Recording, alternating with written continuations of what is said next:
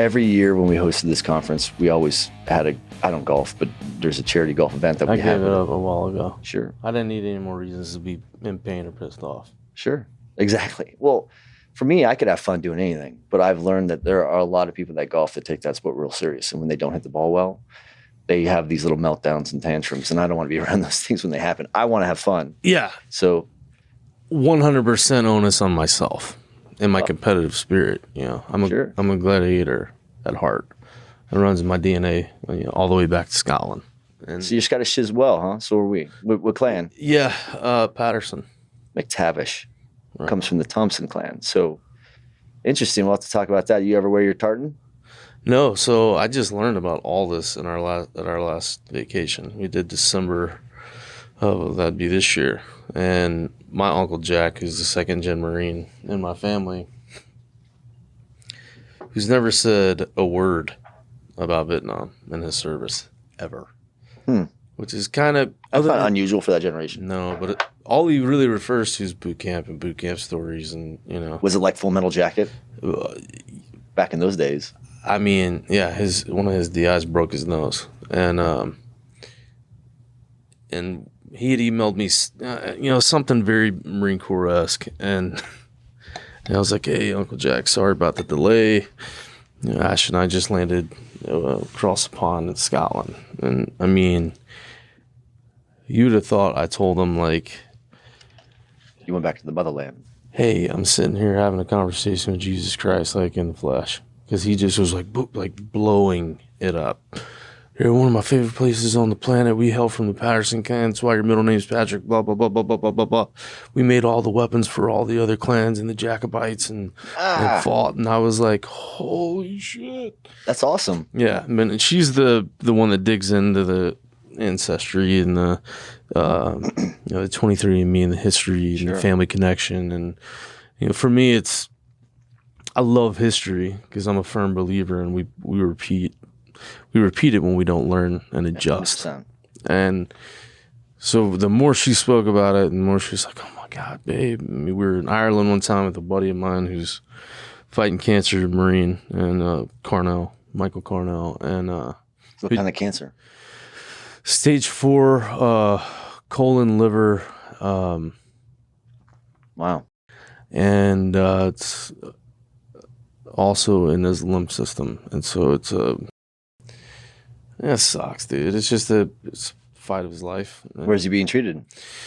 MD Anderson, and you know, he lives in DFW as well. And look, MD Anderson's the mecca. I mean, that's where I was treated, right? Yeah. So I think. What did What did you? If I can ask, what did you? Yeah, I had sarcoma. Okay. Which is soft tissue bone cancer, a really rare form of cancer, but also a very aggressive form of cancer. So if you watch like Grey's Anatomy or, you know, hospital movies, typically those people that are rolling in that are terminal, they have some sort of pleomorphic sarcoma or something. And I had one in my leg. I actually was shopping for new legs, spring, and kind of one of the things that you have, right? You're in between surgeries at MD Anderson. They kind of, you know, they're trying to get your stuff sorted because you're going to be on long-term disability for a little bit. Yeah. And I mean, my story is not nearly crazy as yours, but I'll share with you. I mean, I think that when you talk about how transparent you are, I think that the one trend that I've found is it's not unique to you as, you know, being a Texan or a Marine or any of those things. When you've dealt with your own mortality, you tend to not waste a lot of time in the way that you communicate. Would you agree? Yeah, completely. I'm a firm believer in, you know,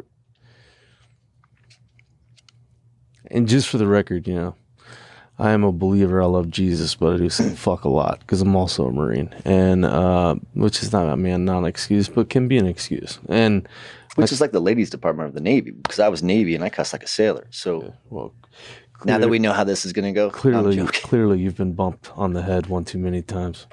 But here's the thing: I appreciate, and we have our banter and shit. It's one thing I loved about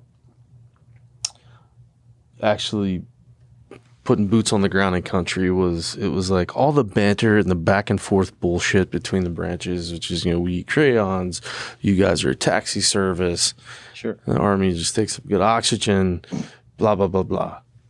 We got over there, man, and it was like one team. No one said shit about any of that. Mm-hmm. It all went. It was like an unspoken absolute. It was a mutual respect that transcends, right? Right. And then I get hit and I get right back in the hospital and I'm not sure if I'm going to live or not. And the guy next to me, same thing. And it's right back to the same old shit. Like, hey, Jake, I found some crayons at the rec room. Do you want me to? Never gets old either. Yeah, no. And it's what's also interesting though too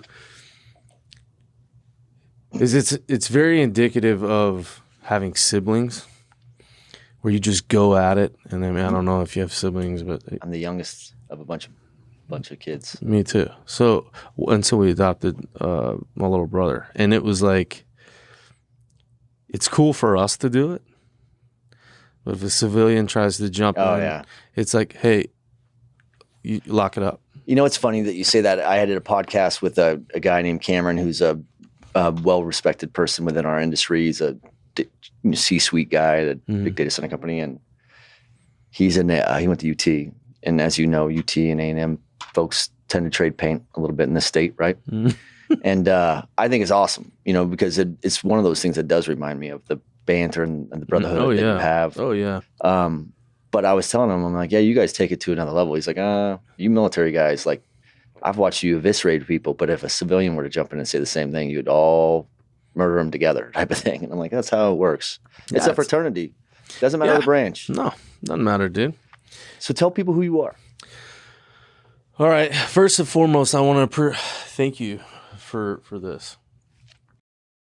Because I'm a firm believer in, and I probably like you, I've had more than one thumb over the Grim Reaper. And I'm a firm believer in trading human energy.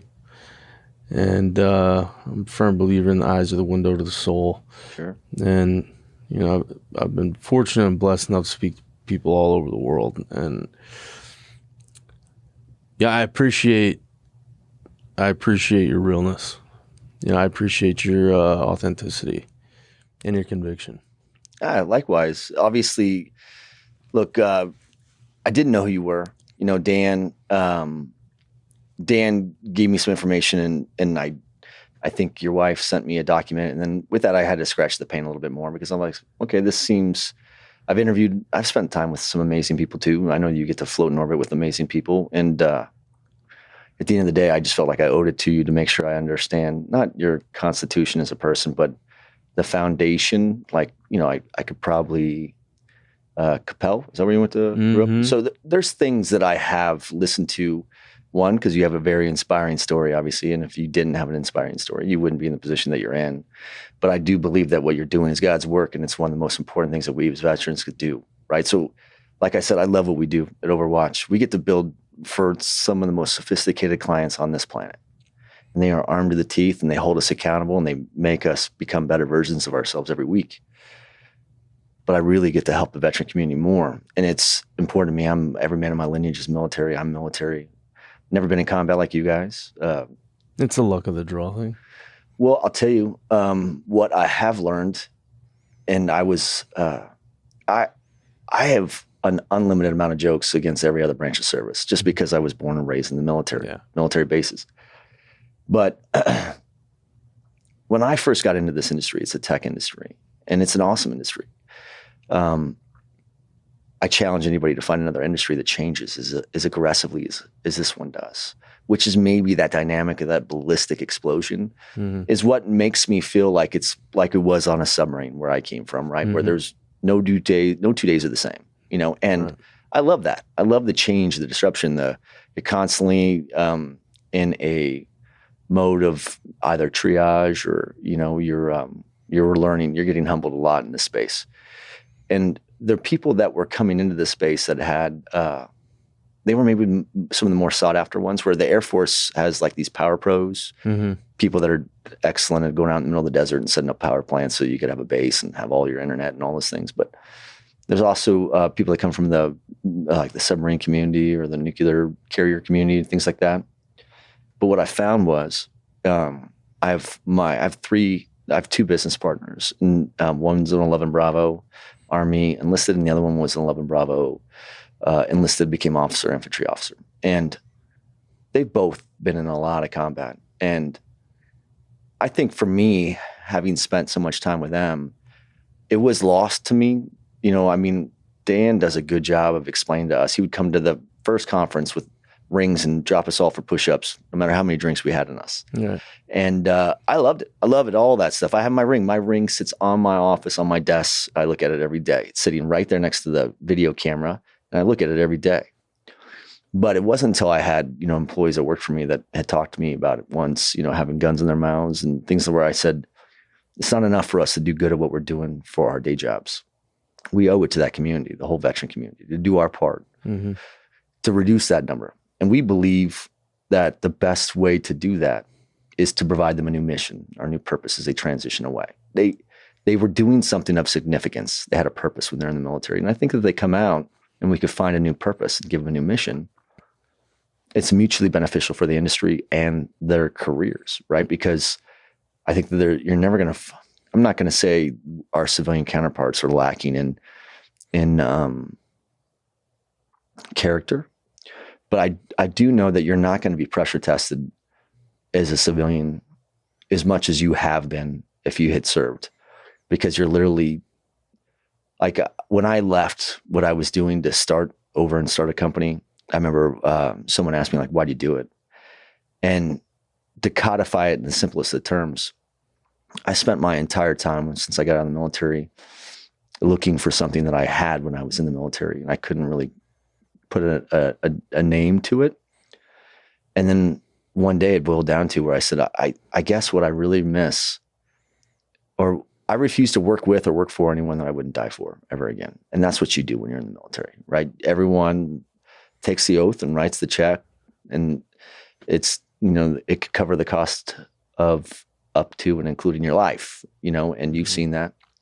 But when soldiers that work for us come to me later and tell me about, they have stories like yours. I got guys that work for me they were standing there talking to their buddy who got taken out by a sniper, or lots of IEDs. I mean, I know you have a TBI. I got a guy on my team that has one. I'm definitely more sensitive to that, in the way that I approach them. And when we first launched this business, I spoke at a conference on a panel with some veterans, and we were taking questions from the audience. And one of the first questions I had was from a Marine. He's at QTS Data Centers, and he's an awesome guy. And he goes, Kirk, it's not like I set out and said, I'm only going to hire former military. Half my staff is civilian. They have a very paramilitary type mentality. But I said, his question was, what are you going to do? Because there's there's 2,000 people coming out of the military every month, but not all of those people are coming out without, not baggage, but what do you do when they're battling PTSD? What do you do with all these things? And I said, it's simple. I do the only thing I know that I can do, and that is I can create an environment in which they feel safe. And my goal is to make sure that these people, it's from a business perspective, objectively, the most productivity I could draw out of the human resource. It only comes when they're inspired by what they're doing. They feel safe in the environment they work in, and they can find fulfillment by what they do. We've always done grassroots stuff. Like last year, we did 4 season fighters. And it's not like the golf tournament raises hundreds of thousands of dollars, but it's the little parts that help, right? And we meet all together, a poker tournament here, or this and that. And it's nice to connect with the smaller nonprofits that were taking it in the teeth as a byproduct of COVID, because they just weren't finding those channels to generate funds. And we knew that what they were doing was really changing the lives of a lot of people. So we have to practice what we espouse and what we do. So we made a commitment. Like, I offered every employee in my company last quarter, if they wanted to fly into Austin, Texas, I'll pay for the flight. I'll put them up in lodging. We're all going to do the Infinite Hero Challenge. We did it at outside Texas A&M. It's ran like a selection process. It's supposed to be like a 9 to 10 hour event where you as a team are suffering together and doing those things. But we did that because it went back to Wounded Warrior, right? And every quarter we try to change a different campaign. Last year, I host every year at the golf tournament. This will be year 7 since we started it, but it's our 6th conference because we didn't do one for COVID. Every year, we typically do the golf tournament is dedicated to a fundraiser that's dedicated to a veteran group, which is ultimately trying to reduce the suicide rate amongst our fellow veterans. It made a ton of sense when Dan and I talked I'm like, yeah, I'd like to help your tribe, right? I just don't know how. And I had my team reach out to your team, and I asked Dan, I'm like, look, we have this conference, which is great because it does put some of the most influential leaders of our industry in orbit together. And we get to have a great exchange of ideas that advances our industry. But at the same time, I get to use it for my own thing, which is the pull through, where I get to create or identify and discover those opportunities where veterans could be placed within this space. Right. They may not know some of the dialect of our industry, but they certainly know how to come in early, stay late, volunteer for hard stuff, shoulder the burden, embrace the suck. And I know if I could take those types of people, we could provide them a new mission, a new purpose. So we're always looking for ways to help. I'm excited to be able to, I've been wanting to partner with you guys for a while. I've known who 22 Kill was, but for some of those that don't, I think that your story is pretty amazing. You don't have to go into it. I'm sure you have to tell your story all the time. And I could see how that could be exhausting, right? Reliving some of the worst days of your life. But I do want people to know what One Tribe's doing and how it evolved from 22 Kill. Yeah. So that when we're done, the objective is we want people to understand, both transitioning veterans or these amazing companies that are in this industry that are pretty high speed, low drag, and how they need people and they just don't know where to source them. And they're looking at universities, they're looking at the trade schools, but there is an untapped resource, in my opinion. And I think it's the veterans. I wholeheartedly agree with you. Yeah. There's a million. You don't have to be a Navy nuke or Air Force pro. Like we have a program in Overwatch called OVITA, Overwatch Veteran and Transition Apprenticeship. And we have someone from every branch, Coast Guard as well. We're hiring damage controlmen, 11 Bravos, aviation boatswain's mates, non-traditional, like you don't see the correlation between what they did in their military career and what they're doing as civilians. But they had that basis of professional maturity. And I think the one thing the military does do a really good job at, maybe the best thing they do, is they teach us how to learn, and almost at an accelerated rate. Would you agree? Absolutely. Yeah. You're forced. You're forced in to the arena, and either you improvise, adapt, overcome the cyclic rate, or you die or get left behind. 100%. And that's why I love it. That's what the pressure testing. That was the thing for me in the transition. I mean, because clearly I went from being, this elite gladiator because I was trained to do one thing in the Marine Corps, and one alone, as a 0311 rifleman, cross-trained 0331 machine gunner, and as a third generation combat Marine. So I have big shoes to fill with my grandfather on EWO and World War II, my uncle in Vietnam, and I was never trained how to be a severely wounded Marine. Yeah, that's when we talk about there's a lot of amazing things the military does. They teach you how to be a soldier, sailor, airman. They teach you how to operate some of the most sophisticated weapons and technology. They kind of don't teach you how to be a civilian again. And it's our responsibility. Agreed. To lay out that roadmap. And that's why I think, what we do as a foundation, an organization, entity, company, business, we're all the above. You have to run it as such. We're going to have turnover in certain areas where I get told by some people that, well, Jake, if you consider that position, that's normal. And I'm like, nope, no, I don't accept that. Mm-hmm. I don't accept that. I would first like to look at that as a leadership failure and then go from there. Well, Jocko's the one too that writes, it's not, your standards aren't based on what you say, it's based on what you tolerate. So if you're in a leadership role, you shouldn't be tolerant of mediocrity or complacency. Yeah, and I didn't even know Jocko. I mean, he's been a good friend of mine for a long time, and I don't know. It was interesting because when he picked me up to even do his podcast, he picked me up at the airport in San Diego, and he was like, "All right, Jake, so you know how this works, right?" And you've listened to and I said, "Dude, I've never lied to you before, and I'm not going to start now. I've never listened to one of your podcasts." Oh, wow.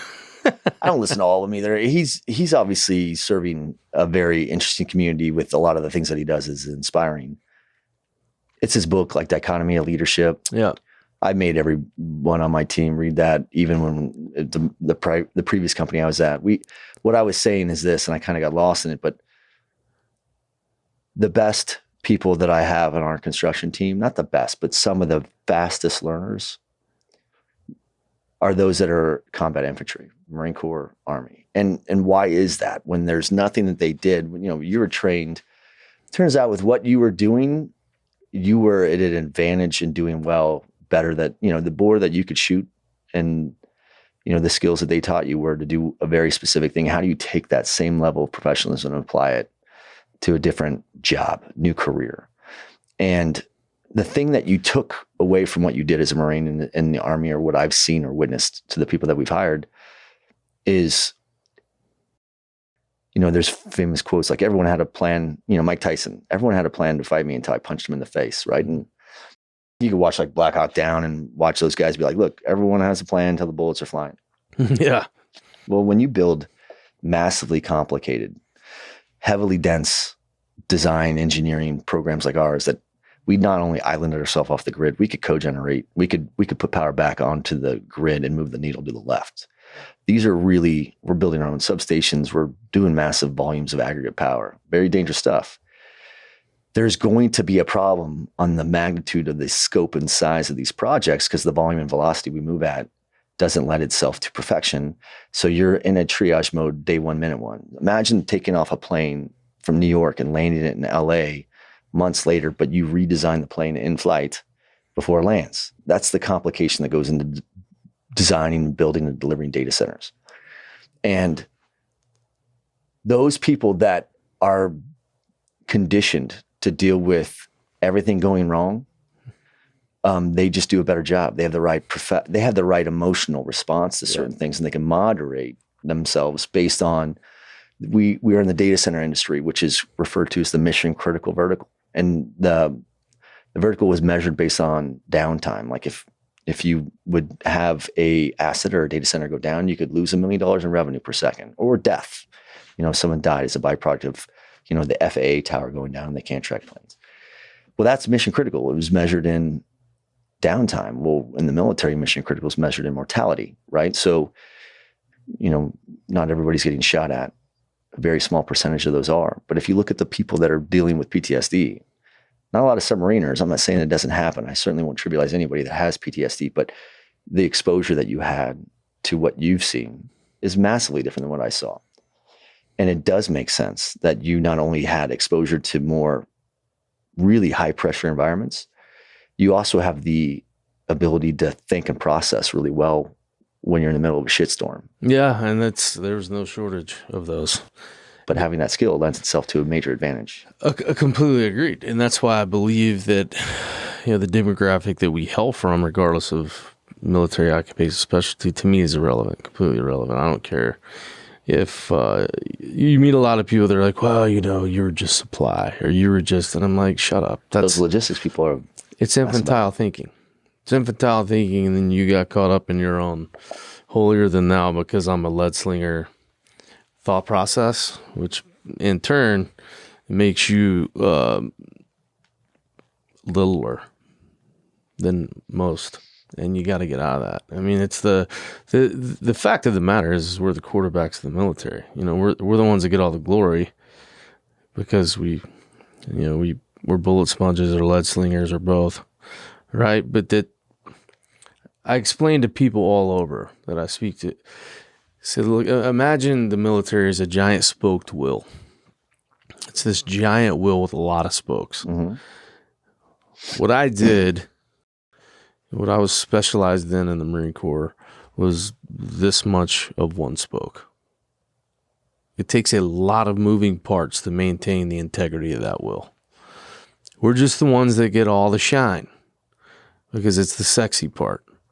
It's the societal conditioning that, why the kids that play the... Cowboys, Indians, cops, robbers, Army soldiers. Right. I grew up in that generation. Of course, and that's the thing. And it's like, well, listen, but you don't win a championship without your offensive and defensive line. Mm-hmm. Right? You're not getting there without them. And that's what the logistic side is, and that's what all the different moving parts, the transport, and everything else that goes into all the stuff that we do. Well, yeah, we get the glory because that's what... You're the tip of the spear. Yeah. So most people don't want to watch the engineers show up and make a bridge in 30 minutes so we could cross a river. But there's significance to that.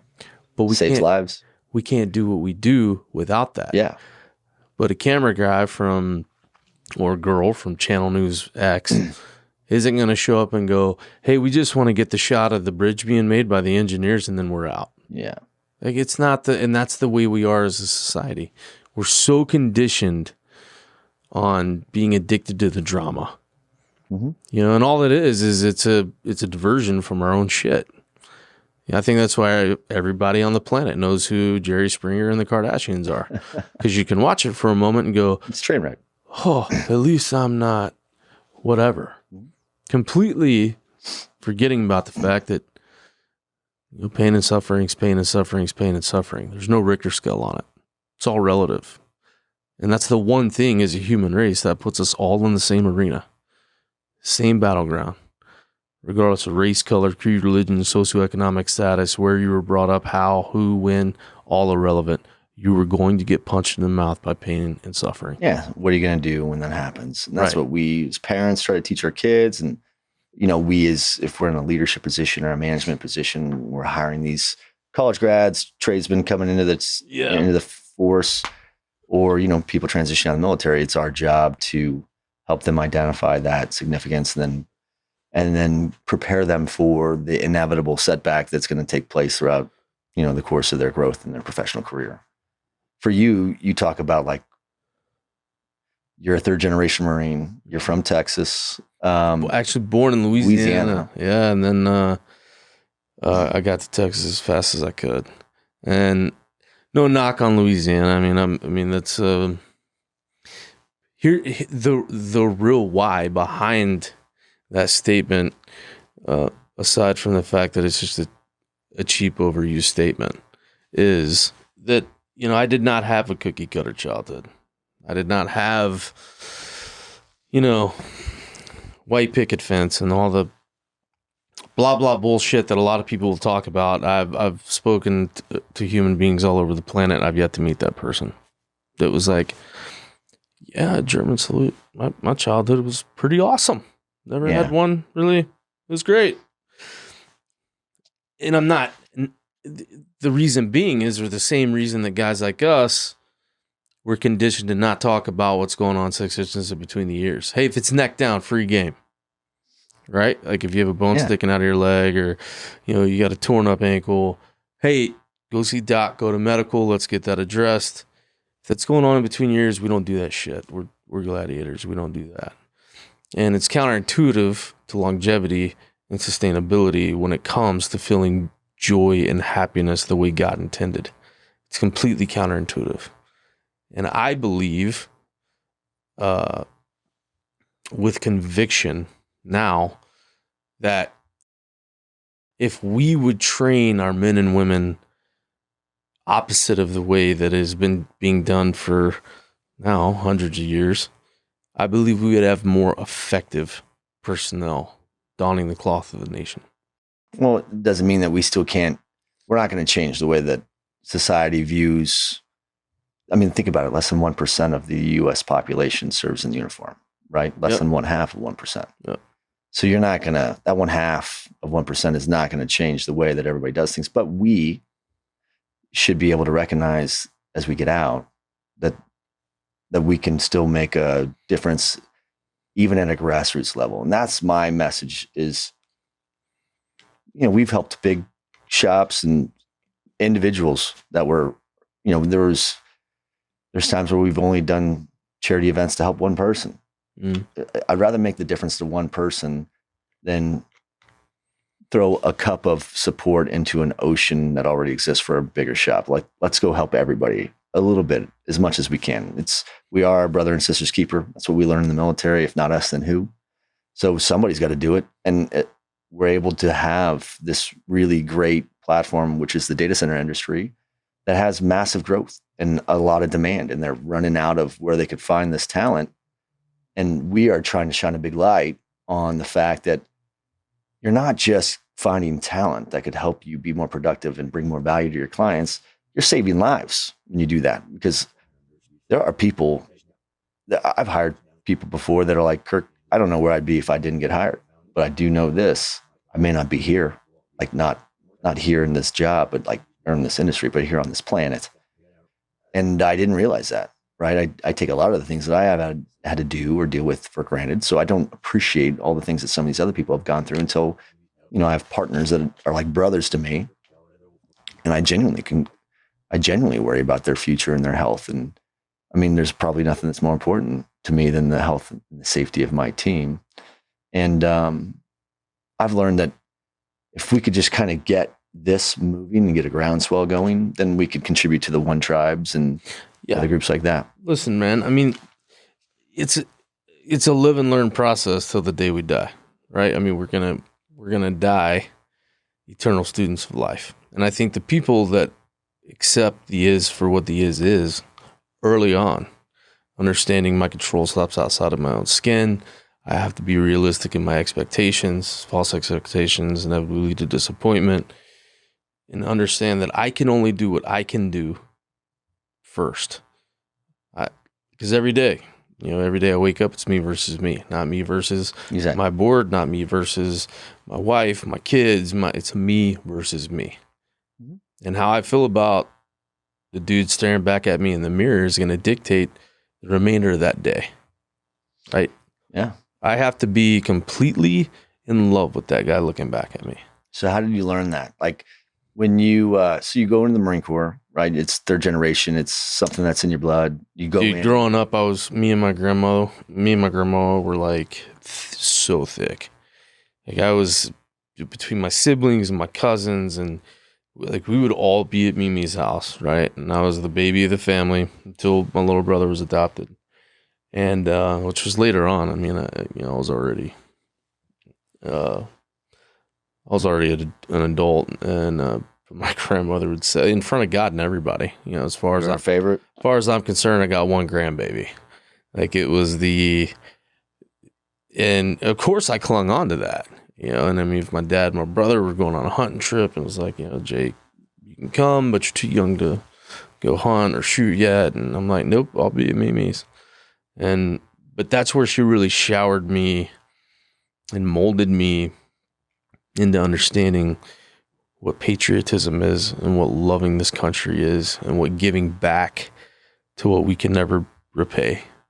Because we can't. Sure.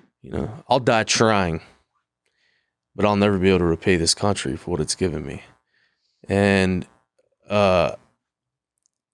because I look at, I look at wars like the Chosin Reservoir, or battles, I should say, like the Chosin Reservoir or Guadalcanal, or Point the Hawk, or just on and on. I mean, I just got freedom bumps thinking about it. These individuals that were just the mighty of the mighty. So they inspired you to join, but you joined, and tell people, I do want people to know your story. And I also want them to know how you came to 22 Kill and how that became One Tribe, and what it is, what's the objective, the mission of One Tribe, so that others can understand, like, how can they help? Sure. Yeah. I mean, listen, man, I just to be very cliche and to quote a movie, I'm just a dude being a dude trying to play another dude. The other dude. What is that? Tropic Thunder? Tropic Thunder, yeah. You can watch that movie back to back. That's one of my... Yeah. It's like Tommy Boy. Sure. That's one of my... I think it's... Anchorman, Swingers, obviously Top Gun, so... Dude, here, the pivotal point for me, and I don't even remember if I told this on... I don't know if I did. That was a while ago. But I was 5 years old. And Mimi said, all right, come on, Jake, we're going to go to Red's house. And Red was an older guy that lived down the street from Mimi. And she said, he's got something I want him to show you. I was like, all right. Walk down to Red's house, and Red puts me on his lap in his living room, and he pulls out this scrapbook. And he goes to open up the scrapbook, and he looks at my grandmother for, like, approval. Or permission. Can I do what I'm about to do? Show you this book. And she looked right at him and said, show him. Because it's death. When Red was a World War II combat photographer. Oh, wow. Red is... He was the neighbor down the street from my grandmother. And he opens the scrapbook, And this was a scrapbook from a liberated concentration camp. Ooh. Horrible. Yeah, I mean, it was. I have a 5. How old were you when you saw that? 5. That's young. I saw my dad's adopted, but his real father, he turns out flew for the RAF, but his adopted dad was a combat Marine. And back in those days, I guess he would have been like recon type of stuff. Like they were getting delivered on submarines and stuff. He was not with the regular Marine Corps. He was with a different unit. And he also had photo albums. And I'll tell you an interesting story. This is my first real experience on how the Marines go trucking. Is I was the youngest and I was a mouth because my brothers are bigger and I couldn't hit them. I mean, because they whipped that ass, right? So the only way to really get them back would be to mess with their minds. But, you know, keyword, a tricky phrase, something I could do to slap them around verbally a little bit. And I think I end up just pissing off enough of my family to, my grandfather, the Marine, he was in construction and a competitor, I think, burned down his office. You know, he won a bid, someone else lost, and that competitor burned his office down. So he took his insurance and he moved out and he bought a big patch of land out in the middle of nowhere in Oregon and drove an RV out there with his wife and said, we're going to build a house here and this is going to be home. And it was in Pig's Knuckle, Oregon, really off the grid, a little town called Christmas Valley. And I remember my parents, we were stationed, my dad was a SAC guy back then. We were stationed in Minot, but my parents are from Northern Cal. So when we'd make the trip every summer vacation, we'd stop. And we actually, you know what? I think my dad was stationed at Fairchild, which is in Spokane, Washington, Air Force Base. Mm-hmm. We were there for 5 years, Eastern Washington. And I remember driving and he's like, hey, we're stopping in Oregon to see Grandpa Howe. And everything's cool. We stay the night. I wake up in the morning and the rest of my family's gone. And they had left me there with this guy. So you're off grid. This is a former combat Marine. Yeah. Who didn't say things twice. Right? And how old are you ish? I was probably 6th grade, 5th grade, something like that. I mean, 11, 12, something like that. I needed to be humbled. Right. And they had obviously not told me that they were leaving me there, but the whole family got up and left in the early morning. And I wake up in the morning like, hey, and I remember going to my grandfather. And you got to remember, like, you're off grid. There's no plumbing, you know, like, I had to dig holes to put his trash in, set it on fire, bury the ashes so the coyotes didn't dig things up. We had a garden. And I mean, we protected that garden. We were shooting everything that got into that garden because it was eating what we would be eating.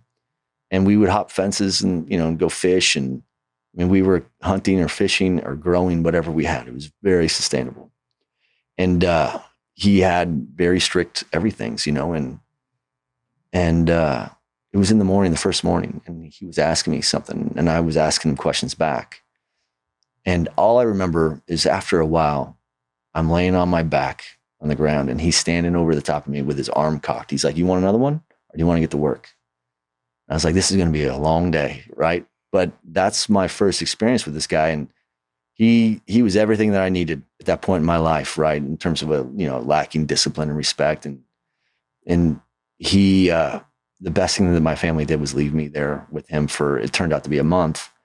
And I'm digging every ditch he had and, you know, learning how to kill snakes and, you know, deal with scorpions. And it was just, you worked 12 hours a day for this guy. And you didn't know if it was Monday or Saturday. There was no breaks. He had a job to do, and that was to build this house and build the irrigation system and all the things. And I was just a resource for him to do those things on. But he was teaching me a lot along the way. And once I earned enough of his, I guess, respect, he did break out his books. And he was showing me pictures of combat at that age. And I was born and raised on military bases. I was like, I'm going to be, you know, I was painting my face all the time. I'm going to go be a soldier. And I remember looking at some of that and being like, I've seen some movies about the Navy. Maybe I should be a Navy guy, right? But I just saw a lot of that death at that young age in those books. And it wasn't like it was glorified in the movies. It wasn't to me when I saw that. I was like, man, the sacrifices that I saw people deal with, you know, and the emotional toll that it took on them. And there was a time where that generation never complained about anything, right? World War II guys, they just came back and went back to their job at the plant, went back to their everyday life. There was no... I don't even know if PTSD was a term then. No, I think it was more... Shell shock. I think it was more of a... but, you know, that's another thing is when people are like, oh, Jake, I don't know what the PTS is being I never served. I'm like, yeah, well, you never have to get shot at to have post-traumatic stress. Yeah. Everybody's got a touch of it. That's the thing. It's just been, demonized and weaponized, and mainly by our media. And, you got to be very fearful and et cetera, et cetera, et cetera. And all the other societal conditioning that we're so used to. Well, this person in this box told me that this is what I need to think, so that's what I should think.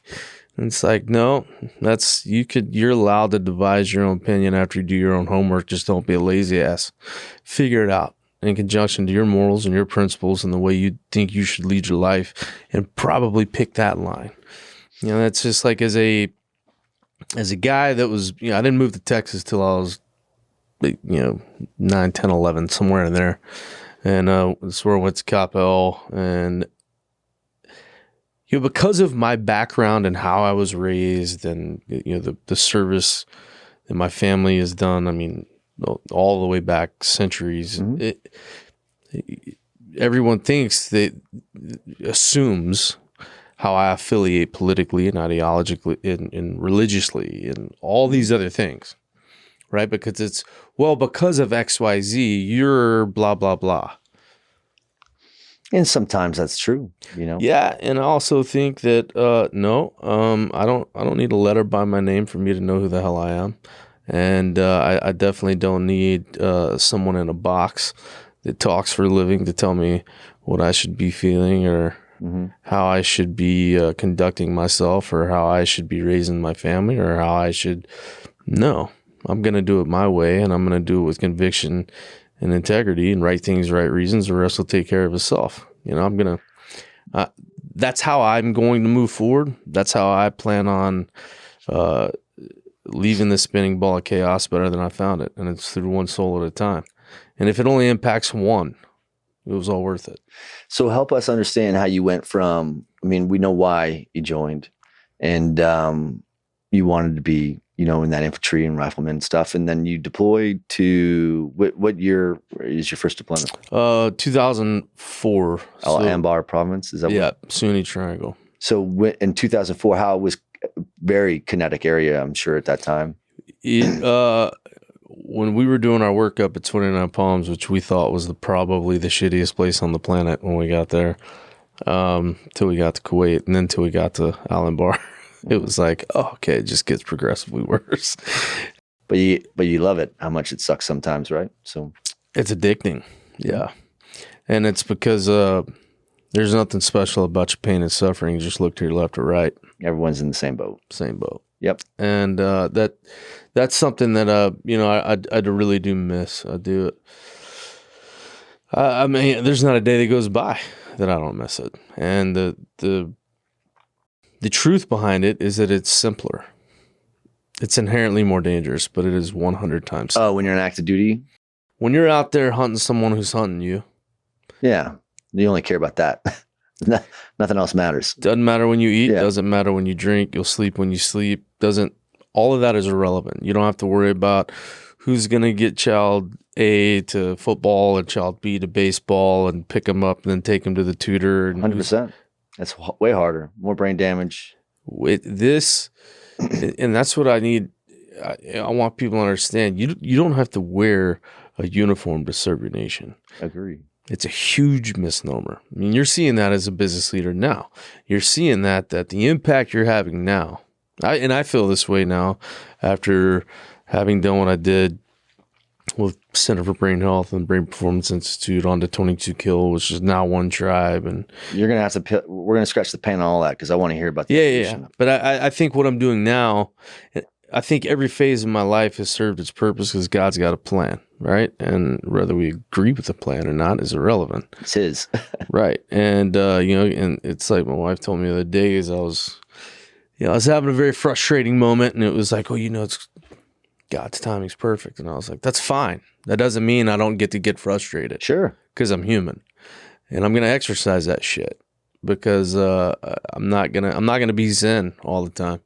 I'm going to have my shortcomings, and because I'm a fundamentally flawed human being, just like everybody else in this building. It's like take a number.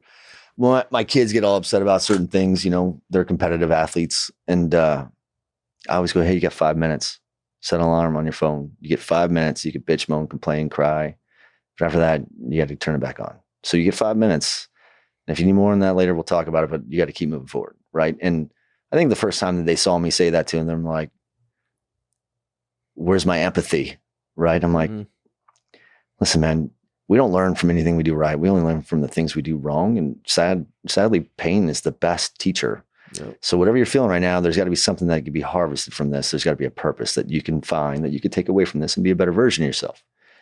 And we are the same, right? I'm trying to explain to them the things that I've painfully had to learn, since I left the military, right? Where I left the military and I did not get out of the military because I didn't like it. I just got out because I had a goal and an objective, and there was things that I wanted to do, and I was executing to that strategy.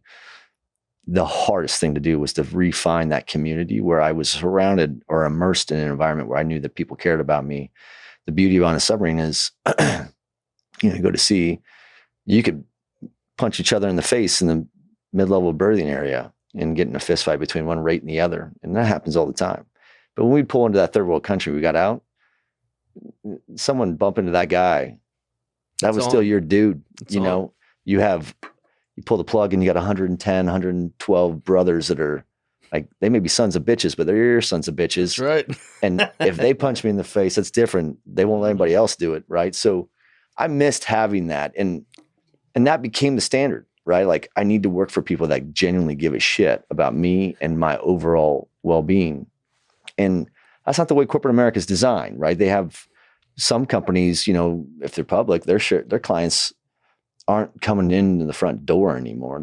They're the shareholders that have stock and are looking for, dividends on a quarterly basis or something. And there's a disparity I felt between those two things, where I started looking at which companies I was going to work for based on where I was at in that point in my life. Like, I needed to have that box checked or that experience, but I knew I was only going to be there for a few years, right? I needed something to you can't be a general manager of a baseball team if you don't understand how, what the difference is between the outfield guy and the person behind the plate, right? You have to understand the game. To do that, you're going to have to go around the bases a few times, right? And that's the way I viewed my career. It's like, I wanted to understand holistically the bigger picture of how everybody sat on the board, like what each, there's a difference between, a knight and a rook, like each group, every role had its purpose, right? And for me, it was the evolution of my growth. Every time though, what I was looking for was that brotherhood, that fraternity, until finally I realized that I may not find it. I was able to create it in pockets. And when I get to a certain altitude and airspeed in my career, if you're an outlier in a role and you're in a position where you could effectively drive change, then you could create that culture, that tribe, or that team. But you're not always going to do that. In some places, it's counterintuitive to that does not come first. The profits do sometimes. And we got to a point where when we sat down and did this, it was these two combat soldiers that started with me, and I hired them when they got out of the military at a different job. They've worked for me in the past. And I said, well, this is what we have to agree on. Yes, we're going to be focused only on data centers, but we're going to be focused on the veteran community. And the goal is to do, these two things. And these are things that we will do. And these are things that we just, no matter what, will not. And one thing we won't compromise for is we won't put people in our culture that won't. I'm pretty convinced that every employee that works for us today would do anything for us, even our civilian counterparts. I could look at them and talk to them and tell you, even you can sit down not knowing them, and after 5 minutes, you could read them well enough and be like, you would have been a Marine, right? You could tell by the way their mind is wired and how, and you could see some people and be like, okay, you would have been this or you would have been that. They weren't in the military, but a lot of them, like I have a guy on my team named Eric Stocklasner, and he's a bull in a china shop. He's a monster of a person. You could tell that in his day, he was a wrecking machine. He was like the Swede. You ever seen like Harper? Yeah, he's the Swede. He's a monster, and he's intimidating to a lot of people, but he's also one of the nicest human beings you ever meet. You don't want to be on the opposite side of the ball against him, because he has... That's societal too. But he would have been, like, if he had joined the Marines, he would have been a career Marine. He just loves the grind. You know what I'm saying? But now it's funny because I'm not on all the phone calls with all these people, and, I'm not hiring and firing and doing this. But when you hear him talk, he's a general manager for us, and he'd be like, I feel like I'm serving. I wish that I had gone into the Marine Corps. He was going to go in when he graduated college, but he had he's a bald-headed guy now, but he had long hair and he didn't want to get a haircut. He's like, no, that's not for me. So he didn't. And he's always regretted it. But now when his passion it's parallel to all of ours that have served. When he goes and he explains what he's doing and why he's doing it, he's like, this is my way in which I feel like I'm still serving. I'm contributing to this business whose objective is to leverage their strengths in this vertical of industry. But by creating these voids and creating more opportunities, we're able to pull through these veterans and stack them. We have a ton of people that would have never otherwise been in this industry. They did not have a job in the military that had anything to do with data centers or construction. But now they're finding a meaningful purpose of significance. And like when they joined the military, they didn't do it to make money. They did it to make a difference and to be a part of something special. Right. If we could create that and all the, the offers and what we have to make to wake up in the morning, all those things take care of themselves, right? So I'm a firm believer in that. Right things, right reasons, the rest will come. Yeah, it all just, for us, we've only been focused on a couple things. I'm intrigued by it, and that hence why my ass is in the seat. It's not just because lost a bet against Dan. No, that's never happened. When we talk about Dan, we mean Dan Lombardo. Yeah, formerly he was Walker, and then he was a Titan, and he's yet to go to another place. I don't know where that shop is. He's going to. I want to say maybe Beck. Yeah, which is a great firm, great GC, great people there. And we love Beck.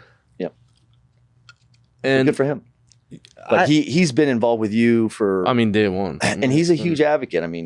No, he's a massive advocate. That's the thing. I feel like it's because the backgrounds from which we hail. We have this conviction and this passion for the greater good that I believe is a bug bite that never ends. Once you get in and you experience the military, not the great, the galas and the parties and your dress blues or whatever, but the parts where you have to deal with real world problems. Yeah. Where they get a Red Cross call, and it's like, hey, what do I do? I don't want to leave. What do I do? It's like, well, what do you think you should do? And it's like, well, I don't want to leave. And then you don't want to give them your answer because it's like, yeah, it's like a human starting gun. Yeah, it's not the same. I'm not a dad. Like I wasn't a dad. But then you give an answer, and then that guy gets killed the next day because he was like, that's what I thought. That's what I'm going to do. I'm staying. Oof. Yeah, and you have it's a heavy burden. I hadn't thought about it like that. There's all types of scenarios, right? That you have to go through and you have to experience, and it doesn't have to be to that extreme. Again, trauma and tragedy, trauma and tragedy. Can't be measured. It's all relative. So it makes us all equal, because we all know what it's like to suck and feel like our suck factor's pegged right now because of whatever. Mm-hmm. If someone looks at me and is like, Jake, I don't understand. I've only ever had a shoulder surgery. I can't imagine what you've been through. And I'm like, how? How do you know that? And then most common answers, look at you. Well, you've had, 50 surgeries? Yeah, I stopped counting at 50. Yeah. But my point in that was, if you can't quantifiably show me on paper how what I went through is worse than what you went through with your shoulder surgery, there's probably a reason for that. And you can't quantify it. Well, it's relative to them, right? That's my point. And what people are in turn doing is belittling themselves subconsciously, and they don't even realize that's what they're doing. I can't imagine what you blah, blah, blah, because I only X, Y, Z. Let your shit be yours and mine be mine, and find the common ground on it sucked. Yeah, but the pressure test that to some of these people, like, man, what if they didn't and they pretend like they know exactly how you feel? I mean, that's the alternative, and that would be that's on them, and shallow. but that's on them and not on me, right? And I would have no problem calling them on that. That's because that's the thing. It's just like I tell my sons.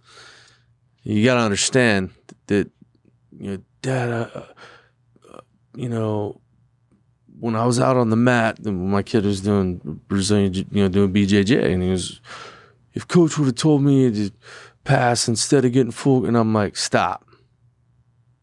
When you get on the mat, it's you and your opponent. Yeah. Not you and your coach, or you and the ref and your coach. It's you and your opponent. And either you know your stuff or you don't. And if you rely solely on your strength, because you think you're going to overpower every time you get on a mat with an opponent, you're going to find someone who does nothing but perfect technique. Exactly. And it doesn't matter how strong you are. They're going to put you in your human pretzel, and you're going to be made to look like a fool. Sure. And that's exactly what happened. And Dad, well, if coach would have, and I'm like, stop, man. No, we're going to learn about accountability right now. Yeah. Well, once you have an exposed blind spot like that, you can look at it like, hey, this, or you say, cool, now you know what you need to work on, Yeah, but it doesn't stop at accountability. You got to have ownership. You got to have conviction in oneself and who you are and why you are that person. You have to tap into as much of your bad as you do your good. Neither one are very far from your soul. They're all within reach. Post-traumatic growth is a real thing. We don't have to focus on post-traumatic stress all the time and that get the spotlight, because that's what's selling. But that coaching and mentoring, like, that's omnipresent in the military. Like, I don't know what the Marine Corps is or what the rank is in the Marine Corps, in which, like, there's always a rank for us that, like, there wasn't a lot of warrant officers I ever walked into, but I know this: if I saw a warrant officer on the same side of the street as me, I'd cross the street just so I didn't have to be around one, because those were the meanest people, in the Navy. At least the chiefs that we dealt with, it seemed like the chiefs were always like your emotional support coaches. They were the mom and dad that, like, they tolerated enough of your shit, and then after a while they'd give you the the real thing. Yeah. The E8s, at least where I was from, they were always the grittiest ones too, right? Mm-hmm. Like the E8s that we dealt with were those were the ones that were always, they had the biggest hammer. They were always the ones that I didn't really, the E9s didn't really scare me as much, because they had got to a plateau to where they never had to carry the hammer anymore. They were able to orate what they needed, and their words were enough. They had refined their message or their narrative enough to where they were putting bombs on target every time they would talk to a dope like me, right? I was a dopey sailor that, if I didn't have, like, I have a master chief that his dad was his name's Bruce Lee. How do you forget a name like Bruce Lee? Hopefully you don't. Well, this guy was a savage of a man, but he was the humblest leader I got to work for probably in the military. And I was one of those rare guys that didn't have bad leaders when I was in the military. There was maybe a bad leader that made it in and out of the program every now and then, but the skipper always did a good job of thinning the herd. Well, you were one of the rarities if you didn't have any at all. No, I mean, we didn't have a lot of dead weight. I mean, submarines are really good at, it's a transparent environment. It exposes the weak pretty quick. There's not a lot of dead bodies to hide behind because it's a small command. And I was just about to say, I mean, that's a tight space for a long time. And if you did not know your shit, I mean, we'd kick you off and you'd be in the surface fleet, right? So I had a chief that when I was a hot mess, this is a guy that he could have used the carrot or the stick, and he knew which one to use at the right time with me. And he used both. I promise you, but I would not be here if it wasn't for Master Chief Bruce Lee. His father was battlefield commissioned through Patton. So his dad enlisted in the Army and was, next thing you know. So these are people that it's total like Sun Tzu, it's not until we are faced with annihilation do we thrive. These are leaders that were trained by World War II generation guys that became leaders to us. And it was great to see that stuff. But I had amazing leaders that were giving me the same type of coaching, telling me the things that I needed to hear, not wanted to hear sometimes, holding me accountable when I was looking for an excuse, and doing it in a way that I knew that even when they were doing things I didn't enjoy, they were doing the things that I needed to be learning at that time. Because that's what you do as a junior sailor, right? I mean, like, you don't join the military with the answers. You're there to learn them, right? And tradition is it's the foundation in which we learn from. So it was awesome. I loved being in the military, and I loved being on the submarine. I loved being a civilian when I got out, right? I loved not having to deploy all the time and be at sea all the time and eat whatever I wanted to eat, and having someone not to tell me to clean up every Friday morning for 2 hours, or, just the mundane bullshit. But the reality is it giveth with one hand, taketh with the other. Mm-hmm. What I got was those freedoms. What I lost was that spiritual leadership that was always really genuinely worried about my professional development and growth, because those chiefs' jobs are to grow the fleet. Those E7s, E8s, E9s are there to cultivate, a growth to advance the capabilities of the fleet. And you had some chiefs, at least on the submarine community, I didn't run into many guys that weren't capable of moving the needle on their own. And I loved being in that community because even our cooks were really capable people, right? I mean, they understand primary and secondary nuclear propulsion enough to where they could get their warfare pen. They weren't regular military. They volunteered to do harder things and put themselves in more challenging situations, not in combat, but I mean, you're still dragging a nuclear reactor around on a tube that you sank on purpose, and you're hunting bad ships that are hunting you, and you have weapons and all kinds of crazy stuff on that boat that anything could go wrong at any time, right? So the attention to detail that we had to have, the critical question attitude that you had to have at all times, I loved it. Didn't exist at all as a civilian, right? So I'd go to places and I'd find myself where I was just massively too disruptive, too much energy. My machine ran, like my engine would rev too high, or the way that I would engage with people like I would on the fleet was maybe just simply too abrasive to my civilian counterparts. And I had to really learn. I had to really remap all those things. And I didn't have chiefs in my life teaching me. That was the first time where I walked away and I was like, I still could call Master Chief Bruce Lee today, right? Mm-hmm. And he became like the Ayatollah of chiefs in the Atlantic Fleet, and rightfully so. That type of leadership, you should. That type of leadership should be spread around and have exposure to everything, right? Now, I credit that guy with most of my success, but I've had department heads, division officers they didn't have to, but they genuinely cared, right? And when you become a civilian, those people that are in those same levels of positions they're more focused on the business unit itself, and not that they don't care about the human, but they care about how productive you could be to the overall mission of the command, or the business. And I felt like there was just lacking that stuff. So like what you offer with what you do, and I know that you're a motivational speaker and you talk to a lot of people, but that's what they need. That's the void that they're starving for. Yeah. And when people say, cause I get asked, like, hey, what type of speaker are you, and your motivation, motivational, or I hate that shit. And here's why. I'm me. I wake up and I do me, because I learned a long time ago that I suck at everything else. But the me that you are today isn't the me you were when you started, right? It's going to be a consistent evolution, and I've accepted that. I'm going to live and I'm going to learn, and I'm going to put my experience to good use.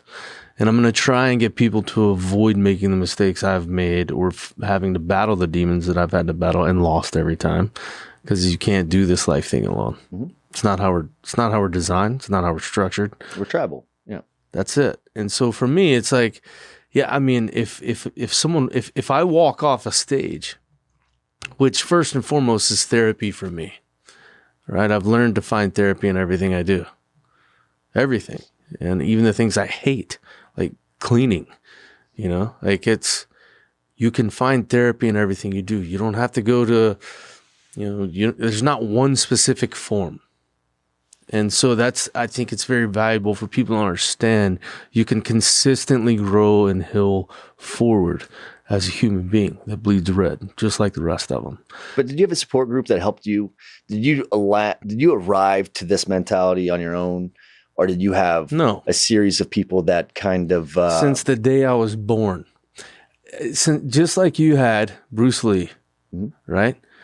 I had Gunny, I had my major, I had, before that, my football coaches, my rugby coach that was a foreign exchange student from South Africa. And that's how I stayed in shape during the off season. I'd go play rugby. And I had so many of these people that had this massive influence on me. Cared. They loved all the way. Yeah. They loved all the way and taught me early on, you don't have to be everything for everyone all the time. Just be the best version of you. That's it. All you have to do is show up and do the best that you can do, because only you know if that's what you've done. And in some of those environments, being whether it's in team athletics or which I'm a big believer in team athletics. Mm-hmm. I believe that does a lot for molding a personality and character, and even the spirituality of a person. And that's why our boys are involved in it. I mean, they just love competing. They're competitors by nature. How many kids you got? Two sons. How old? 11 and 6 in a couple weeks. Fun ages. It's the most rewarding thing I've ever, and challenging and humbling. All these things. You want to all see at your one faults? time. Watch your kids. Yeah, and that's the thing, and I think that's why I tell them I'm very, very honest and transparent with Jackson and Jameson. I'm very open. Yeah, you have to be. About my flaws, right? And understanding that, hey, listen, there's a reason I'm a recovering alcoholic and addict. Okay? I mean, there's a reason that I have to do a lot of the things I do in the way that I do it. Because I was not forthcoming with my own flaws and my childhood trauma that went unaddressed, and the demons that I never addressed. And then I got in the Marine Corps and volunteered for infantry, in keeping with my family lineage to be a warfighter, and having been convicted in that. And there's a reason that I've had to be extremely open and raw and find victory in my vulnerability, while equally refusing to be a hostage to my own pride. Because I'm going to continue to heal forward, and I'm going to continue to grow. And then if in turn that inspires someone or motivates someone or gives someone the permission that they feel as though they needed from an alpha personality who is empathetic and masculine all at the same time, because you can be both at the same time. You don't have to be one or the other, like we're conditioned to believe. John Wayne. That's the thing. I just want them to know. I want my kids to never, they will never ever question how much they are loved. They will never question my love for them. They will never question if I'm going to be there for them, or if I will go out of my way to make sure that they are as secure in who they are as they possibly can be. Because I'm trying to, I believe in generational trauma. I believe it's a thing. And I believe that it is passed on through bloodlines when it goes unaddressed. And that corner of that rug's just pulled up, and there's a lot of shit swept under there. And it's like, everybody's battling something for sure. Everybody's got a battle. And that's okay. And that's why I believe every human being, and I don't give a damn what part of the country or part of the globe you're from. I also believe that everybody's a warrior by nature. I believe that goes way back, way back. Primal. Right. My little brother, who's going to college right now, he's my adopted little brother, and I make him call me every night and let's talk about what you're doing, regardless of where we are or what I'm doing, traveling with work or consulting or entertainment or whatever I'm doing for the tribe. All of it's for the tribe. But he'll be like, oh, Jake, I gotta do this damn paper and speak in front of the class. You don't have to, you get to. And I tell him, and he's like, dude, I'm so nervous, man. I'm so nervous. I'm like, Cody, let's think about, like, let's break this down at the molecular level about why you're terrified to do this. It's like, okay. And I said, do you think at the time, pre-fire, pre-will, okay, someone was backed up against a rock face and was facing a bunch of other people that were looking at them? Odds are they were probably about to die a violent, brutal death. This is ingrained in our DNA. Okay, and then the way you're going to grow is by finding comfortability in your uncomfortability, knowing this is normal, and if I can channel this to make me greater, I'm going to grow. They'll learn that through jiu-jitsu, though, too. I mean, my kids did jiu-jitsu. They wrestle now, but I mean, even my daughter did jiu-jitsu. Those are things that you learn there. The whole reason I put in Jameson, the little one hadn't done it, but that Jackson, it was not long after he got his ass handed to him by that kid and got put in a pretzel. He's like, Dad, I don't want to do this anymore. Normal. And I was like, that's fine. But I needed you to know what it was like to win and lose on your own because of you. and you alone. It's a tough sport, right? Because you're exposed, you're vulnerable, you're out there in front of your peers and your friends, and you know those versus one in other those person. tournaments, like with all the spectators. I mean, it's crazy how many people they pack into those gymnasiums, and it's all eyes on. And it's like baseball. He's a great baseball player, and he's a talented football player. And I mean, of course, they're both young. They got a lot of growing to do.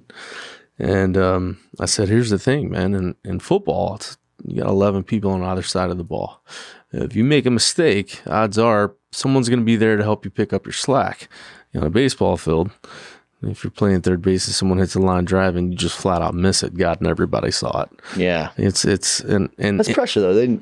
It's good for them, and it's good. You're right. It molds you, and so that's why both of them made it abundantly clear they want nothing to do with the Marine Corps and or the military. I'm the same with my kids, and we don't live vicariously through our kids, and we tell them that they don't have to serve. My brother, his son is the same age as my son, one of my older brothers, and they graduated high school together. And I think they both, keep their toe in the water. I think that there's a part of the fraternity that they see, but there's a heavy tolls to be paid when you do put on a uniform, right? And we just make it clear, we're like, hey, just because every other man in our lineage has done it, you don't have to, and it's not, we do ask them to serve. Like, there's other ways to serve your community. Yeah, you could be a teacher, a nurse, you could be first responder. There's a million things. Different ways. But they should also be a contributor to their local community in some way. And that's something that, much like you and your brother, and even my older brother, that was a hell of a baseball player. Very, very, which always, it was extremely aggravating to me. So you have an older brother? I have an older brother. How much older? 3 years. So you guys went to high school together?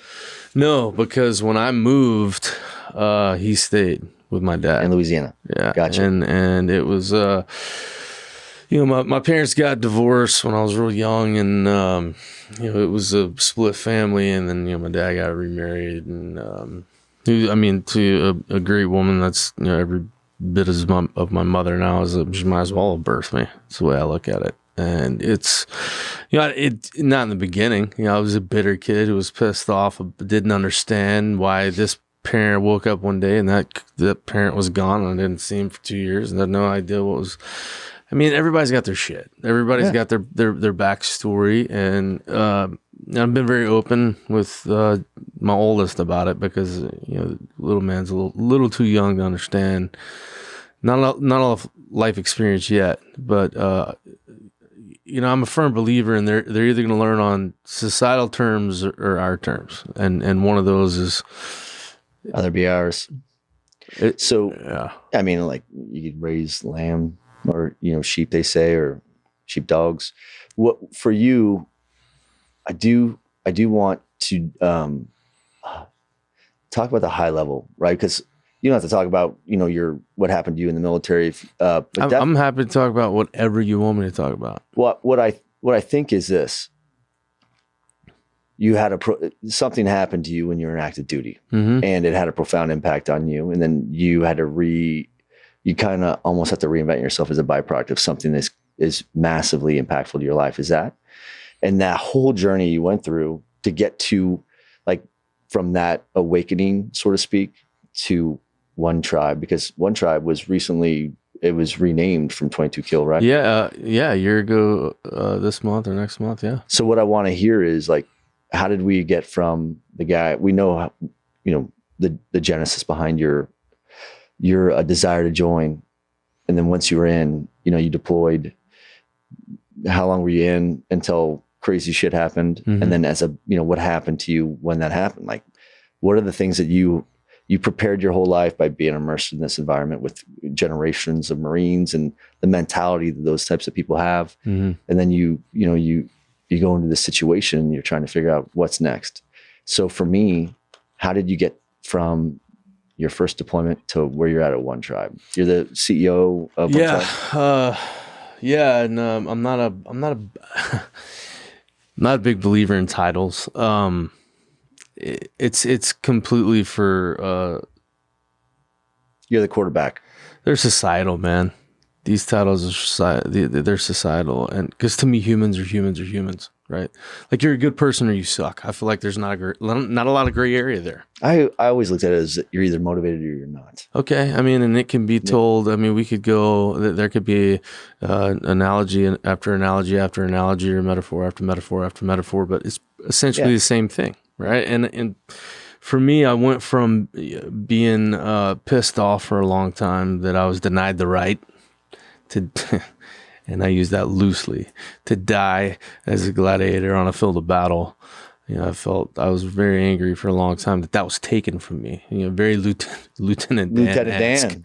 Yeah. You know? And because you got to remember in 03 when we got the call, like, hey, you know, where were you stationed, in Pendleton, or you said 29 Palms? So we did our work up between 29 Palms and March Air Force Base is actually where we had our first. You graduated from MCRD San Diego? San Diego, yeah, I'm West Coast. What year? 01.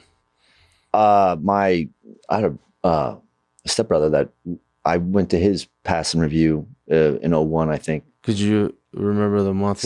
I can find out. I mean, I'll figure it out. I'll text you. Text it to me. Smart up. Yeah. That would be crazy if we were there saying. How crazy would that be? But because I was signed up, signed, sealed, delivered, paperwork was done my senior year in 2000.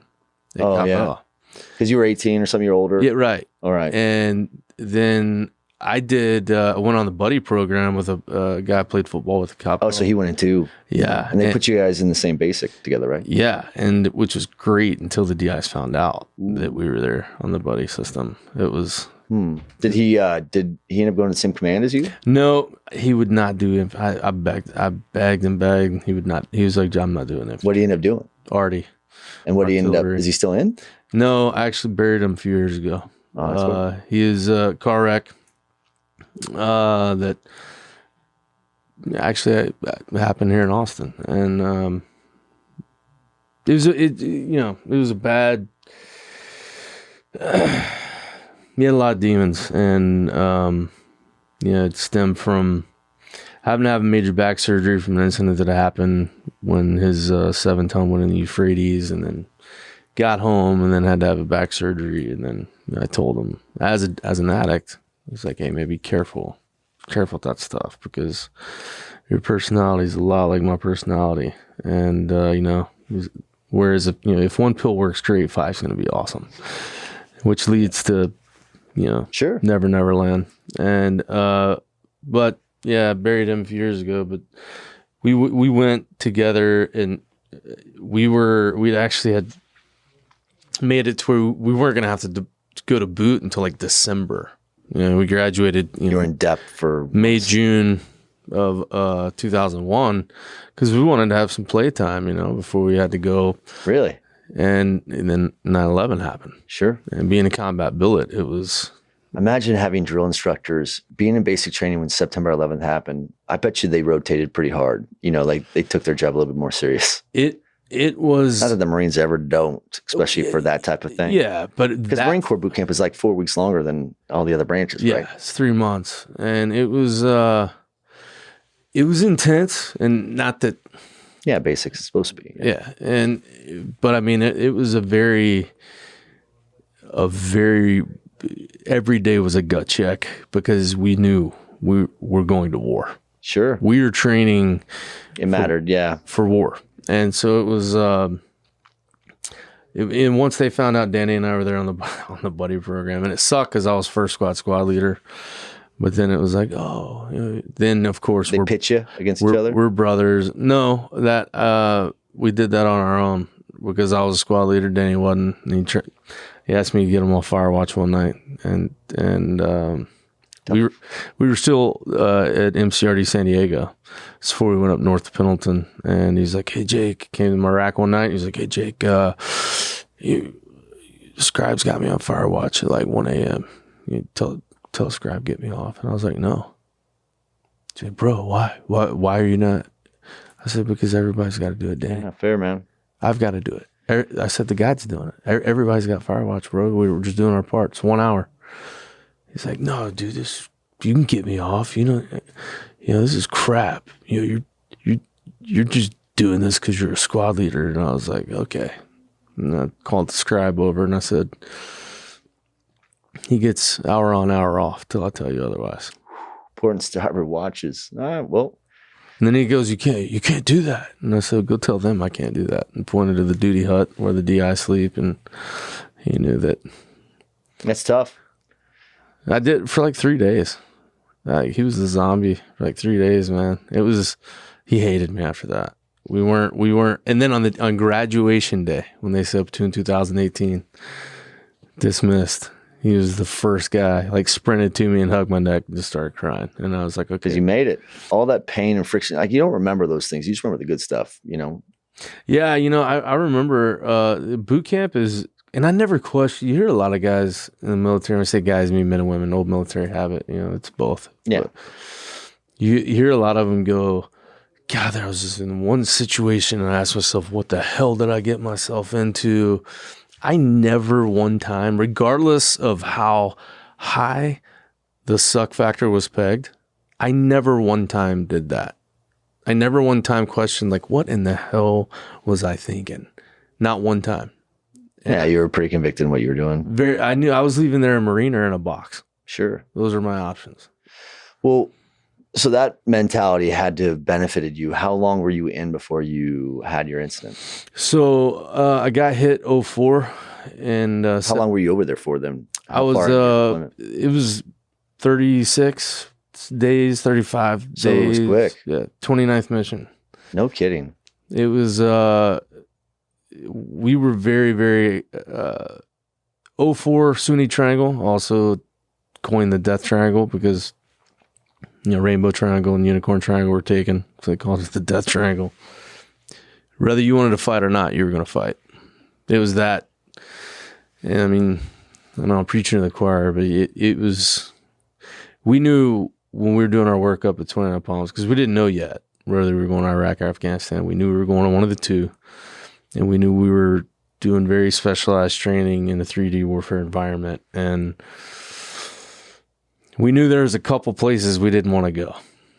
One in Iraq and one in Afghanistan. And we ended up getting the one in Iraq is where we were going. And, but it was like we're infantry Marines. I mean, it was like that's what you guys are, right? Mm-hmm. And it's all and you guys are supposed to be at the worst place, right? You're Billy Badass until it's staring you in the face, Yeah, I have a guy on my team who has hired his old squad leader and another squad leader that was a peer to his other squad leader, right? And we hired both those guys, and I've spent enough time with one of them, and again, he came out of the military. He was going to college. Wasn't sure what he was going to do. Mm-hmm. He's exceptional. His name's Skyler, and I never met this guy, but he was the squad leader, and I have spoken with him about all the crazy stuff that he has seen, and he's talked to me about how it's like everybody's cool until you get in those. They would go out and they would come back until they had a tick. And he's like, you change the way you communicate. It changes a lot of the stuff that you deal with when every day you're going out and you're not coming back until you've been in a fight. Right. So those guys you guys shouldered a different burden than what we had. We would bitch and moan because, the submarine ran out of chicken or something, arbitrarily, but there's one thing I believe is pretty unilateral in the military. And it's especially when the cameras aren't on, when you don't have an embedded reporter or whatever, because then, you're nothing but we're badass Marines. But we're second to none when it comes to being professional bitchers about our current environment. It is unbelievable. Can I tell you a funny story? We pulled into Rota, Spain. Our submarine did it. And, we typically would stop there and do some stuff before we come into the Mediterranean. And there was a ship there that had a bunch of Marines on it. And I remember coming back to the boat, maybe midnight one night. And it's 110 degrees, summertime, Spain, And the Marines are all sleeping on the pier. Not all of them, most of them. They're on cots under the sky, not even in tents. They never once complained about how hot it was, how much it sucked. They had a beer tent, so they were okay. You know what I'm saying? But yeah, of course. And but I just remember thinking, like, I'm walking past this like tribe of Marines sleeping on the pier, not complaining about how much it sucked. And I'm like, I got to get on the submarine before I die because we have air conditioning, right? But like, it's just amazing how much that they just rolled with the shittiest of situations, and they were like, Semper Gumby. Yeah. The saying Semper Fidelis, right? I mean, the Latin origin, the always faithful. Well, I heard more in my training days of Semper. You have to be Semper Gumby, Semper Flexible, Semper Fluid. Ready, yeah. You know, that because it's like people ask, what's combat like? And like, okay, there's two absolutes in combat. Plan A will never go according to Plan A, and communication will effectively break down at some point. Those are two absolutes, and it is very similar to life. Well, to that end, remember I was telling you that I like hiring combat veterans for construction that have no experience, because everything that happened in combat, everything that happens on a construction project, once you're done with the design and you do your kickoffs, nothing goes by the plan. There's always you're going to be ready for something that's not going to go well. Right. And communication is the only solution to fixing it. And that's going to sometimes fail too. So what you just described is why those people, they have a successful transition in construction, because they're used to everything going wrong. Improvise, adapt, overcome. 100%. Yeah, and that's be a part of the solution. Mm-hmm. And that's being solution oriented as opposed to being fixated on the problem or how bad or badly something went wrong. I think that's because you don't have that luxury in the military. Yeah, I mean, like there's not a 1-800 number you can call and go, hey, okay, walk me through this step-by-step process, how to completely un-F the situation. Sure. I think that's just one of the advantages you have being in those situations. But I mean, it sounds like you were there, you learned a lot in 36, 39 days, whatever it was, when you were in a vehicle? Yeah, so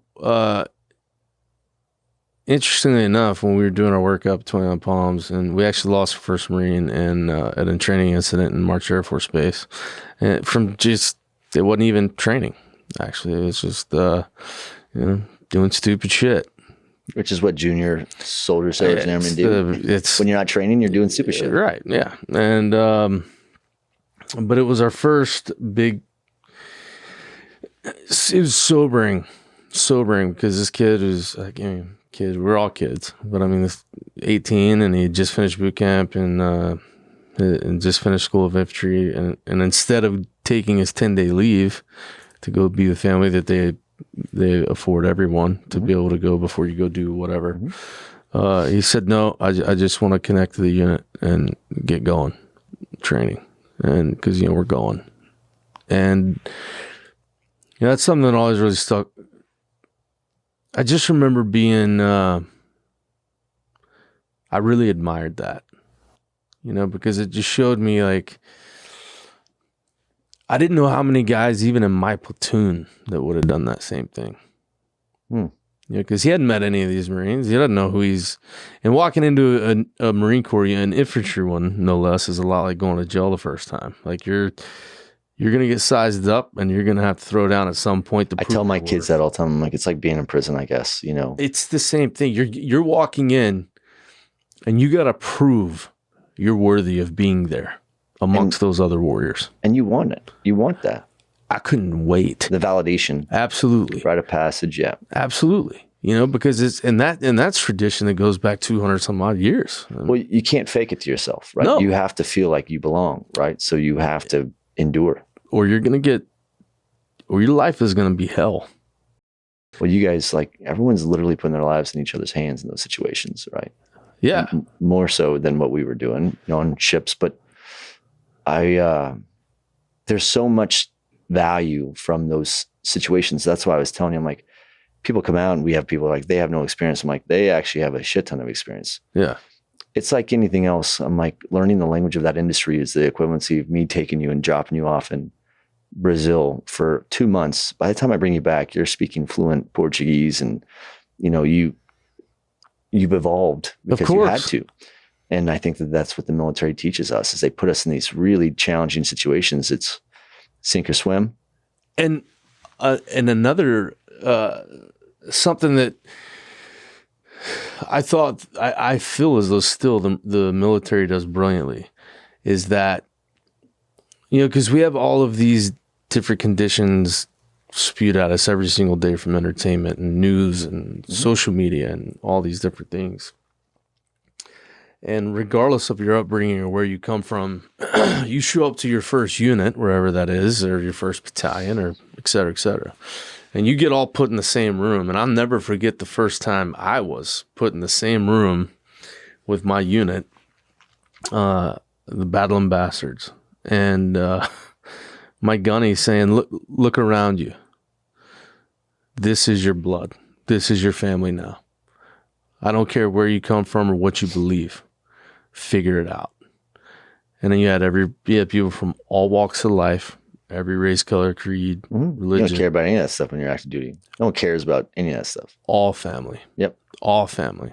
And we were all related, and we're still tight. I mean, it's the thing that, doing a workup and knowing that we're not doing the same thing 5,000 times every day, just do the same thing 5,000 times, kill time.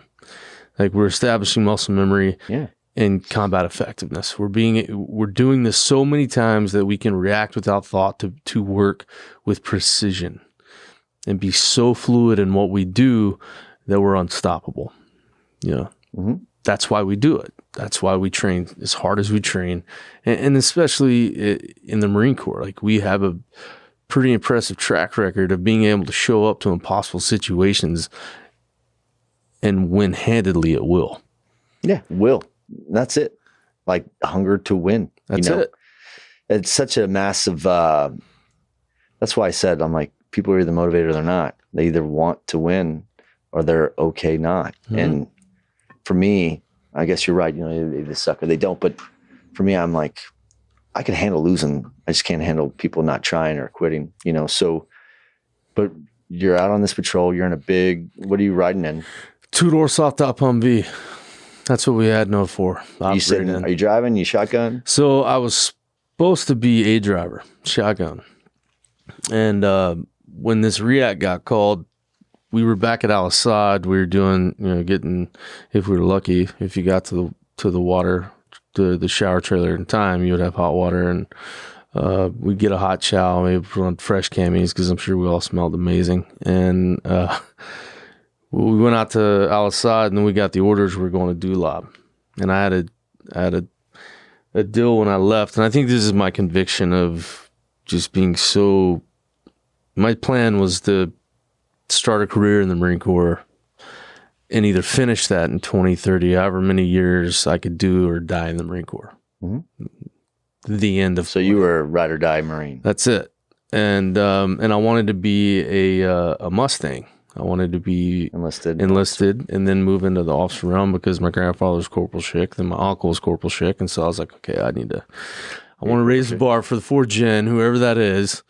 And unfortunately, Liberty made that really difficult, because that's where I would get all my page 11s there in Liberty. And when they'd say turn 2 on Liberty, and I was seeking Liberty, and yeah, I didn't do Liberty well, or I did it amazingly well, depending upon who's looking at it.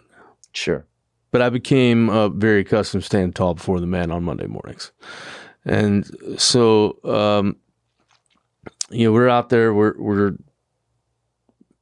get my shower, and I remember I'm walking back to our tent. I'm in my skivvy shorts and my skivvy shirt and the flip flops, and I pass Gunny and give him the proper greeting of the day, or good evening, Gunny, or whatever. And and you knew it was going to be a good day if you passed Gunny, who's it's the first sergeant's company. The Gunny runs it. It's just the way it works. And I passed Gunny, good evening, Gunny. But if you saw him in the morning and you're like, good evening, Gunny, and he said something like, F your whole face. Like, you knew it was going to be a good day. Like, Gunny's in a good mood. And he didn't say anything when I passed him to walk into the tent. I said, good evening, Gunny. And he didn't say anything. And then I'm not thinking anything of it. And I walk past him, and he reaches back and he grabs the back of my skivvy shirt, and he pulls me back in front of him, and he hugs me.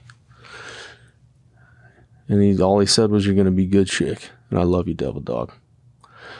And I have my hands, like, while he's hugging me like this, like, this is like, this is a trick. Like, are we about to do some semperfu? Is this a test? Like, right? And I just said, I love you too, Guns. And he said, go get your shit on. Roger that. And we'd already had the convoy set up and, re-upped on chow, water, weapon, rounds. And I had a rule when I left the States, and it was, I got my family, and I said, listen, don't write me and don't send me anything. I'm not going to write you. I'm not going to call you. No news is good news. We have a job to do, and I'll see you in 7 months. And the whole idea behind that was, my family puts the Jerry and Springer, and I didn't need any of the shit here affecting my ability to do what I needed to do there. Sure. For my Marines to my left and my right. And whatever the mission was, I wanted that achieved. However, that needed to be Yeah, it's got to be focused. Life or death. Right. And it did not surprise anybody. I mean, they knew how hardcore I was about it, and now I was so convicted in it, and definitely because of the family lineage, and took a lot of pride in it. And for whatever reason that night, something told me to go to the call tent and call my family. And being a believer, I was like, what is that? Those are two interesting signs. Right? Gunny giving you a hug and you having this need or urge to go call home. Right. And so, and I didn't want to go to the call tent because you had to wait in line, and then you knew that there's 2-3 second delay, from being off on deployment and having a call, and knowing that everything's monitored. You say one wrong thing, and then Big Brother is going to hang. Sure. Your phone call's over. Yeah. And so I went to the call tent, and I called my family and waited to call my father last because I knew he was at home by himself in Louisiana, and I knew that my mom and my little brother were at the ranch in San Antonio, and I knew it was around 10:30 at night. And so I called my dad, and I'm the only kid that calls him Pop. Everybody else calls him Dad. And he answered the phone, and I just said, hey, Pop. And the first thing he said to me is, why am I talking to you? Yeah, I would have said the same thing if I was a dad. Right? And it's like he knew that I knew, like, something's not right. Yeah. And I said, I just needed to call to tell you, he's a retired executive banker, and I just said, I needed to call to tell you how much I love you and how much you mean to me, and that I wouldn't be the man nor Marine that I am today if it wasn't for you. And I need you to know that. Interesting. Pretty powerful statement to make to, I can't imagine hearing that from one of my sons, And he said, he knew not to ask, where are you, or where are you going, or what are you doing? He knew from all the family briefings, And all he said was, when can I talk to you again? I said, 9 days. And he said, I better hear from you in 9 days, and you better be all right. I said, got it. I love you, Pop. I said, I love you too, son. And that was it. A couple hours later, we left to go on movement to Dulab, where this area of operation You guys leave at night? Was it nighttime when you rolled out? Before the sun came up. Yeah, it was early morning. Gotcha. And we roll out to Dulab and get everything set up. And it was the second or third night we were there. There was a REACT mission called. I was in charge of the REACT team. And it was me, those two vehicles, 2 soft top Humvees, and 10 Marines. Me and 9 Marines. So 10 Marines total. QRF. So 5, QRF, 5 in each Humvee? Correct. Soft top Humvees. Yep. And that I'm fairly certain were built before I was born. But they're not known to be the fastest vehicle in the most comfortable or anything. Yeah. And so we made it happen. I mean, we're the Marines. We're the bastard children of the military. Not sure who our dad is, and we're poor, but we will figure it out. And so we have this. We capture these 2 high-profile targets, and I'm on the horn of a battalion. I'm on the net or the radio, and they're saying, "Don't let them out of your sight." There's some 3-letter agencies that really want to talk to these guys, and so it's all right. Not let them out of our sight. Well, we're working in conjunction with the Iraqi National Guard and Iraqi police because somebody in a suit that sits behind a rich mahogany desk in Washington, D.C. that's never served a day of their life in military, let alone combat environment, figured this would be a good idea to let them know everything we're doing. Everywhere we'll be, our checkpoints, our ingress, egress, when we're going to be there, when we're going to leave, same radio frequencies. And we all knew it was stupid. We all knew that this is... the first time we left the wire after our 48-hour mandatory brief, we went to our first checkpoint, and we weren't there. We had fishboned on either side of the road, and we weren't there 30 seconds, and a mortar landed right in the middle of the road. And we were like... They were dialing you guys in. Wonder how they knew we were going to be right here at this time. Because their mortars, they're not like our mortarmen. Our mortarmen can hit a dime from a long ways away. There's a lot of algorithms that go into that. I could never do it because just math's not my thing, never has been. And I played football in Texas. I got 85 no matter what I did, so it was perfect. But that I don't condone. I don't agree with it, but it worked for me at the time. Sure. But we had to stand off. The Iraqi National Guard pulls up. There was one entrance and one exit to where we were in Dulab, in this area of operation that was basically a bunch of unexploded ordnance. Oh, wow. Where insurgents were trying to come in. And you had everything from 7.62 millimeter to RPG to, all the way up to 155 Mike and everything in between, and just tons of it. We would have EOD come in. All they did all day, every day, was come in and blow up different piles. Mm-hmm. And I bet you they could still do that until our kids graduate college, and it still would not all be gone. Oh, wow. There's that much of it. Well, it's because there's a lot of combat and a lot of battles have been fought there, right? Yeah, for a long, long time. And so, a lot of it Russian. And so we get these guys, Iraqi National Guard pulls up and encircles us. And there's about 65 of them and about 35 of their vehicles. And so that was we had one of the guys back in one of our Humvees, the other one back in the other one. And I'm talking to the Iraqi National Guard commander through my interpreter. And he looks at me and basically says, these guys pose no threat. You need to let them go. Shut up. And I looked at him and I was like, I don't give a shit who you are. Yeah. Because you're not my boss and you're not my friend. And I don't trust you. And he looked at me and said, well, we have you surrounded. Iraqi National Guard said that to you? Commander. And I looked at him and I said, there's one 240 Golf on one of those Humvees, and there's another one on the other one. And if I hear so much as a click, one of those is going to swing one way, and the other one's going to swing the other way. And I put my M16 up on the half door that we built and had Motor T built for us because we didn't have armor on this half armored door, and my barrel was about 5 inches from his forehead. And I said, but I promise you'll be the first one to die. And I was scared as shit. Straight poker face at this point, and I could hear one of the pistols, is Beretta 9mm, rattling because there was one to the head of each of the insurgents that we'd got. And it was one of the guys on the react team was, because I told him if he so much sneeze to shoot him. Mm-hmm. And I could hear, because those pistols were so old, and I could hear the rattling, and that's to give people or the listeners an idea of how tense and high stress these environments are. Anyone who is in these combat environments would tell you like, oh, I was never scared. Mm-hmm. They're stupid or lying or both. Mm-hmm. That's the truth.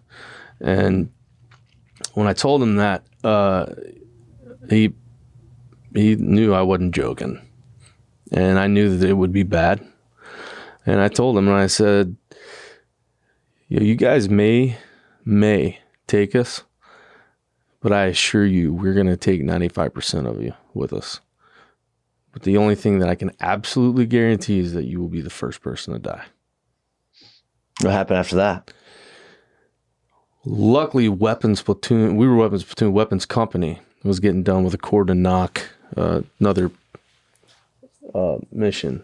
And weapons company were the ones with all the big toys. You know, every vehicle got a mounted 50 cal, and they had the Mark 19 grenade launchers and the AT-4 missile launchers. They had all of the big stuff.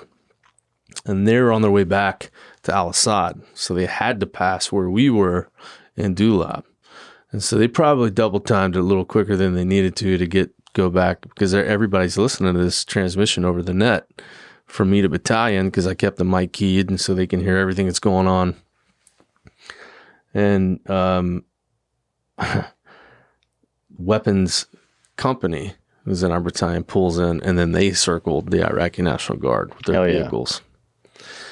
And then almost in unison, it was like all of them just dropped their AKs and hands in the air, like, no mista, no mista. And I looked at the Iraqi National Guard commander and I said, now what do you want to do? Because those were my homies.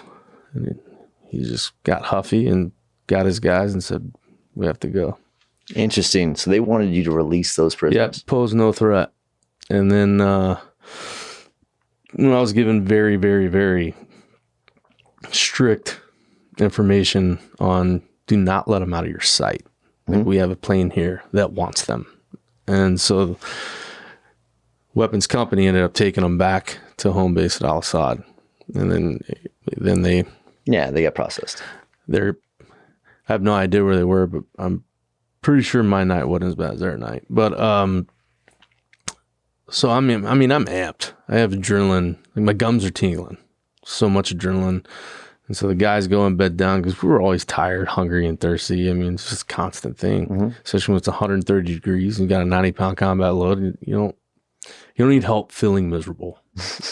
And I went back up to command post, and I'm sitting in the Humvee that powered the command post to sit with Doc. And it's Doc's turn to be on watch, and he was watching along the Euphrates, count the flares and what color they were to turn them into intel, trying to decipher the code. How's the Taliban talking to each other? And Doc was like, man, that was crazy. I was listening to everything over the net. And I was like, oh, Doc, I thought I thought I was going to be made a liar to 9 different families, man, because I'm pretty sure we could have taken most of them with us, but I don't know that we could have walked out of that. And just amped. And so I'm starting to come down. I'm like, all right, Doc, I got to bed down, bro. He's like, yeah, Jay, we got to sleep, man. So I walk in the tent and kick my boots off, lay on my cot, and then Murphy being Murphy's Law, react. I'm like, son of a bitch. You're right back up and at it again? So I get up, put my boots on, and I have to wake the Marines up. And like I said, I tell people, I rub in their back and I whisper sweet nothings in their ears, because that's how we do it. And but I got them up, and everybody was dragging ass. And we kept our vehicle staged, out of sight, but because QRF, you don't want people to know where we're coming from or where we are. And I remember I walked out of the tent, and that bad feeling I had in my gut went right in my throat. Oof. And I knew we were going to get hit. And people say, what makes you think you knew? What was that feeling, or where did it come from? And I have my beliefs, and I believe it was a combination of God and my grandfather from beyond the grave. And those are my beliefs. I would have no reason to challenge that. I mean, you have to trust your intuition on those things. Yeah, I mean, everybody's got a sixth sense or a gut, right? And mine's kept me alive well more than once. And my advice is listen to it. You had this feeling that hit you in the gut. It went from your gut to your throat, I think you said. Yeah, because when we got the orders, were you the only one that felt like that? Yeah, and then. I don't mean to interrupt you. No, I want you to interrupt. Well, look, I suck at podcasts, so I'm genuinely trying to not interrupt people as much. Maybe not drinking anything in this podcast will help me. But did anybody else that you were getting ready to go out and roll out with, did anybody else know that you felt this way, or did anybody else feel that way, or did you get a sense of that from anybody? No. Okay. But do you think anybody else felt that way? No. It was just you had a sense based on those two factors that you talked about. You just had a sense that something may not go well here. I knew something wasn't going to go well. So, you're at the command post. So you're in a protected perimeter still. Yeah. And then you knew, but you still saddled up and rucked up and went. Yeah. So I'm watching my guys, the other 9 Marines walk into the vehicles. and their boots are unlaced and flak jackets are undone. And I mean, some are carrying their flak jackets and, weapons. Sure. And I remember they just looked like just straight up a bag full of assholes walking to our vehicles. And I remember I took a moment to pause and I was watching them. And I was out of the tent and I had this overwhelmingly intense feeling of knowing something bad's about to happen. We're about to get hit, and I don't know what that looks like, but I knew it. And I just remember watching them, and it was probably one of the most proud moments I ever had as a Marine. Because I was watching them, and I'm like, they just look disheveled and exhausted and just beaten down. But I know they will throw with the best of them no matter what. Sure, they rally. And I just remember thinking to myself, watching that, having this picturesque moment in my head that, no higher up department of the Marine Corps would want on a poster, thinking, this is why we're the best in the world. Because even when we don't want to, we show up and we do it all the way. Sure. And so I walked up to the lead vehicle, and I kicked the driver out of the driver's seat. And he looked up and I was like, I got it. And it was like first time I ever ordered him to do shit, because we were homies too. And I said, I'm not asking you. Scoot over. And he got a little huffy about it, a little pissy. And then I told all the guys, button up. If we got it for protection, put it on now. Which wasn't always a thing because, again, you don't need help being miserable when it's 130 degrees. And took the radio from the radio man. Sat down in the driver's seat, buttoned up. Neck protector, groin protector, flak jacket covered, sappy plates in, shatterproof X lenses. They're not shatterproof. And I was on the horn, on the net with my with my right arm. And this was on purpose because I'm right-handed. Because I was like, okay, if my right arm's going to be exposed, I'd rather be by me, tucked in on the net. And I punched it. And I'm talking to the watchtower that's, where we're supposed to go. Opening the gate or something. Yeah, QRF, the whole job for the audience that doesn't know, is our job is to eliminate any threat in our area of operation that's not supposed to be there. Neutralize the threat. So that's what our job is. And so we were, I punched it, and within 3 minutes, front left tire hit a pressure plate ignited triple stack tank mine. Just outside your post? It was inside the perimeter. Holy cow. So that standoff the night before that seemed to go on for years, that was probably 30 minutes at most, was a big deterrent for that bomb to be planted, because they knew in every watchtower they were going to be glued to the net listening. Is this going to go down? And that was enough time for them to move in on the one area of this massive, massive area to where they were unseen to plant this bomb and get out. It was all a diversion. Interesting. I didn't find that out till like a year later in the hospital. And I put it together in my head because all I had time to do for 18 months was just think. Sure. I was in a hospital bed for a long time. And, but front left tire hits the pressure plate. The way those work is, and I know but for those that don't, that plate goes down, lights the fuse, bomb goes off. And 3.155 millimeter mortar rounds is, for people that don't understand unexploded ordnance, what that equates to is a big ass bomb. Sure. And blew up directly beneath me, blew me 30 feet to the top of the Humvee, because we had rack tops, the canvas tops, and I stuck the landing with my head. Because I'm a Marine and we believe in good form. And my gunny always tells me, that if you would have landed any other way, you would have died immediately. I'm like, yeah, I know, gunny. Because he thinks I'm one of the most hard-headed human beings on the planet. That's too funny. And he's right. But I knew it was bad in the air. I knew this is bad. This is very bad. Oh, when you were flying through the air. I knew it was bad. Yeah. I never lost consciousness and I never went into shock. took the Black Hawk 42 minutes to come and extract me from that hot LZ. I mean, I remember everything. It was a long day at the office for sure. And it's bananas. By the grace of God, the only other worse injuries were blown eardrums for the other Marines, for my Marines. But better my Marines than better me than my Marines. I mean, I would rather all this be me and not them.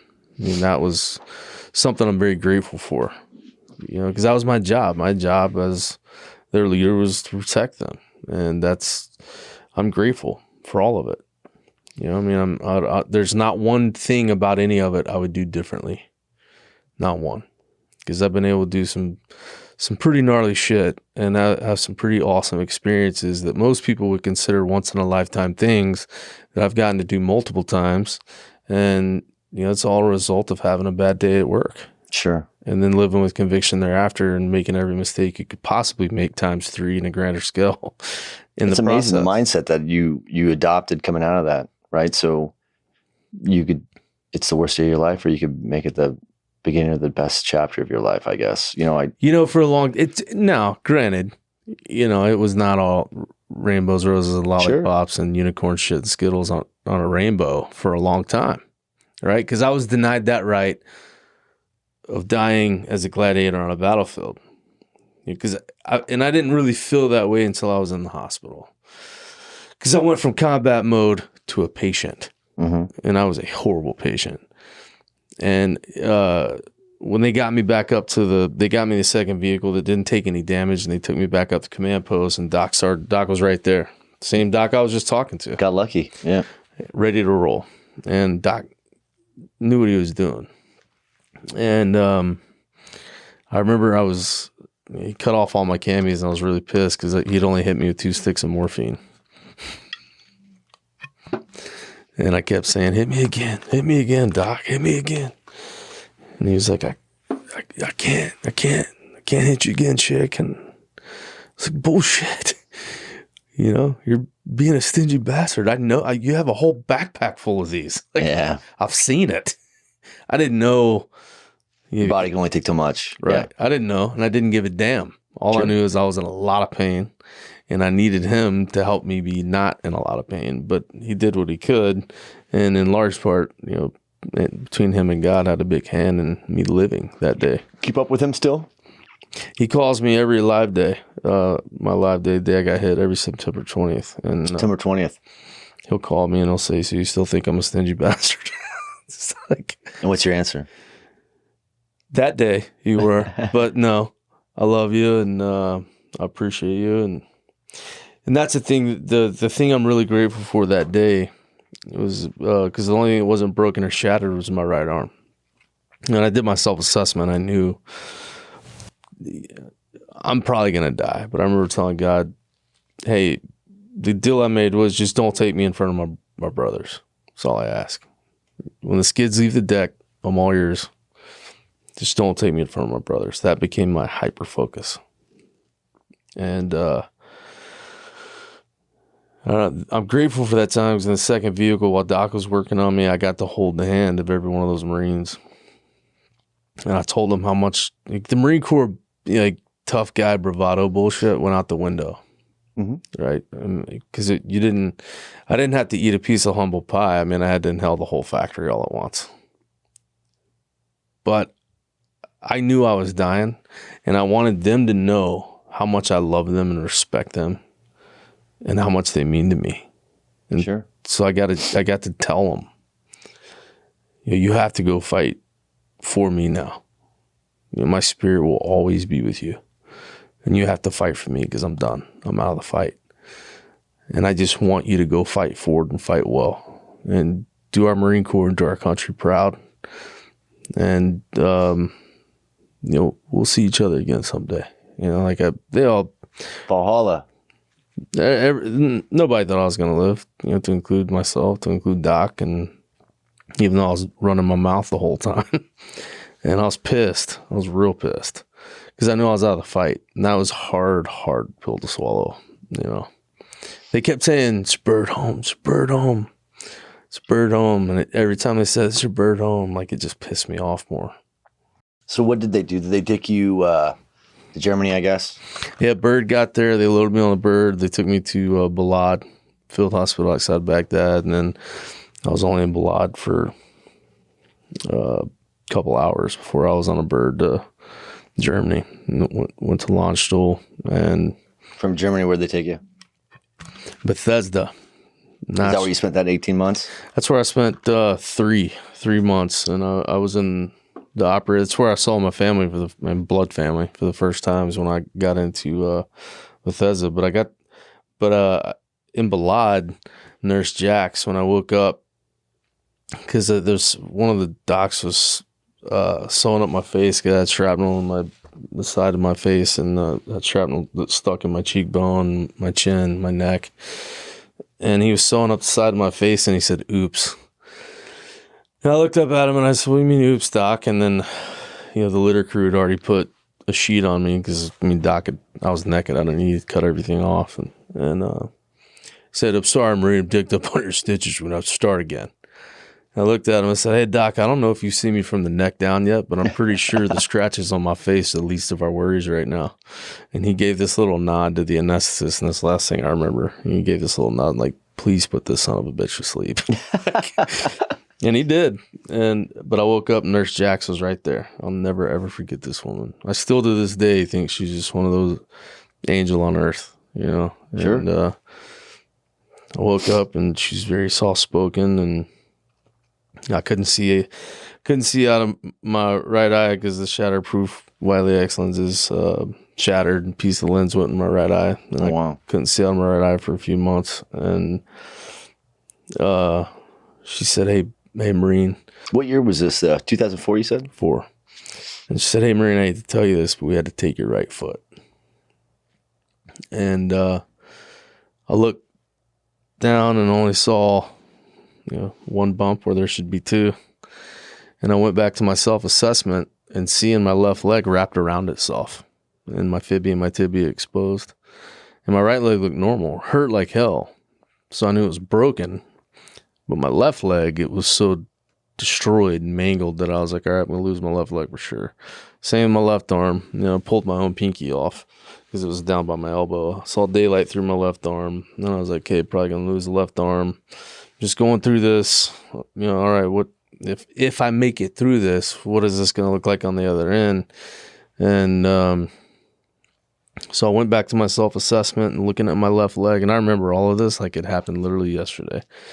And looking at my right leg, my freaking trousers were still bloused. I don't know how my right leg, but everything on the left side just looked like hell. And so I'm like, all right, right leg's all right, it's just broken. And I'll wake up and she tells me to take your right foot, and I look down, see the bump on the left side, go back to my self-assessment, and I'm like, you didn't count for that one. Son of a bitch, they took the wrong foot. 50-50 shot. Good enough for government work, right? Like they had 50% chance to take the right one. And then so I like laughed. She goes, "What are you laughing about?" I said, "Well, why did you cut off the wrong foot?" And she explained to me. She said, "No, baby, your foot was dead when you got here." Oh, it was just there. So it hurt like hell because when the explosion went off, firewall of the Humvee folded onto my right foot and crushed my right foot. Got it. I remember when she held up a surgical glove and she filled it full of sand, and she said, "This was your foot when you got here." There was no blood flow. That sucks. And so it was dead by the time I got there. Yeah. And she explained it to me, and I was like, okay. Okay. And I said, "What about my left leg, my left arm?" And she's like, "You're not out of the woods, sweetheart." And I was like, but now you're in Bethesda when she's having these conversations with you? "No, I'm in Balad. This is okay. Post-operation." And she said, "Is there anybody you want to call?" Who'd you call? I called my dad. And I said, "Yeah, I need to make one phone call." And she said, "All right, who do you want to call?" And I said, "I need to call my father. He's expecting to hear from me about 5 days from now, and it's going to be a little early." And I called my dad from a sat phone, And it was the same thing because I knew my mom, my little brother at the ranch. My dad was at home by himself in his house in Shreveport, Louisiana. And he answered the phone. I said, "Hey, Pop." And he said, "Why am I talking to you?" Oof. I said, "They got me." Mm. He said, "What do you mean they got you?" And I said, "They got me, Dad. I'm hurt." And he said, "How bad?" I said, "They had to take my right foot. I lost my right leg." And he said, after about a minute pause, and he said, "Are you going to make it?" And I went from being like one of the world's most elite modern day gladiators to being this like helpless little kid that just needed his dad. And I said, "I don't know." And he said, "We'll see you in Germany." And I said, "Please hurry." Bananas, man. That story is crazy. And he said, "I love you, son." I said, "I love you too, Pop." And that was So think about that from the perspective. I mean, your stories coming from the optics of the son. Try to imagine one of your boys going. I can't, no, and I don't want to. Oh, listen, as you told me that, because I have I have a kid that just graduated high school and he's going off to college. It's great. He knew that he could join the military, go into the trades, or go to school, whichever. My next son will be a senior, and he thinks that he wants to go to. He thinks he wants to go maybe to an academy, or he definitely wants to go into the military. Part of me wants them to do that just so they could have a part of what we have, like that brotherhood. Absolutely. But the other part is like, selfishly, I don't want to be your dad. No, hell no, dude. I don't want that phone call one day. I've never in my life, I was 22 when I got hit, right? I have never in my life tried to even put my mind in that, having that conversation. That's why when Jackson told me when he was 6 or 7 years old, I picked him up from baseball practice, and he said, "Dad, I've been thinking a long time. I really need to talk to you about something." And I was like, "Okay." And he's like, "Can you pull the car over so you can look at me?" And I was like, "Oh shit." Real conversation. Yeah. I said, "Absolutely." Pulled the car over and put the car in park, and I look back and I'm like, "Talk to me, Bubba. What's up? You can tell me anything. My love for you will never, ever change, and I will never judge you. Talk to me." He's like 6 or 7 years old. He goes, "Dad, this is really hard for me to tell you." And so at this point, my gerbil is smoking the axles on the wheel. Like, what the hell is about to come out of this dude's mouth? He looked at me and he said, "I don't want to be a United States Marine. I want to be a professional baseball player." Boom. And I got my sigh of relief out and was like, "Hey, man, all right, well, your odds of success went down just a little bit." But I said, "Jackson, you need to understand something, son. You don't live for me. You don't live for your mother. You don't live for your grandparents or your little brother. You live for you. This is your life. It's our job. It's to put you into positions that can make you the best at whatever it is you want to be." I said, "I don't give a damn if you want to play the flute for a living, but you can bet your ass I will push you to be the best damn flautist this world has ever known. But I want you to live for you, period. I've done all my stuff. Sure. This is for you." And so it was one of those conversations where it was like he had really put thought into it. And he had really... Didn't want to let you down either by telling you this bad news that he broke to you. Right. Because in fairness, I mean, he knew the Marine Corps him before he knew his ABCs. Like it was... I started parenting much differently than I am now. Sure. I was trying to definitely trying to cultivate that mindset of, I'm going to... the way I felt when I was a little kid. And learned quickly, this is wrong. What are you doing? It's just from my pride of the Marine Corps and in this country and what it offers people from all walks of life and all demographics. And, I believe that way of life is worth fighting, bleeding, and dying for, to protect that for other people, to give other people that opportunity. And not everybody, it's not cut out. I tell people all the time, not everyone's meant to be in the military. Right. And so I remember I got into Germany. And I was only in Germany about 16, 17 hours. I was there long enough for them to stabilize me and then send me to Bethesda. But when I got into Germany, the ambulance doors open, and there was this guy there who was an Army guy. He was the Mounted Division. His name was Josh.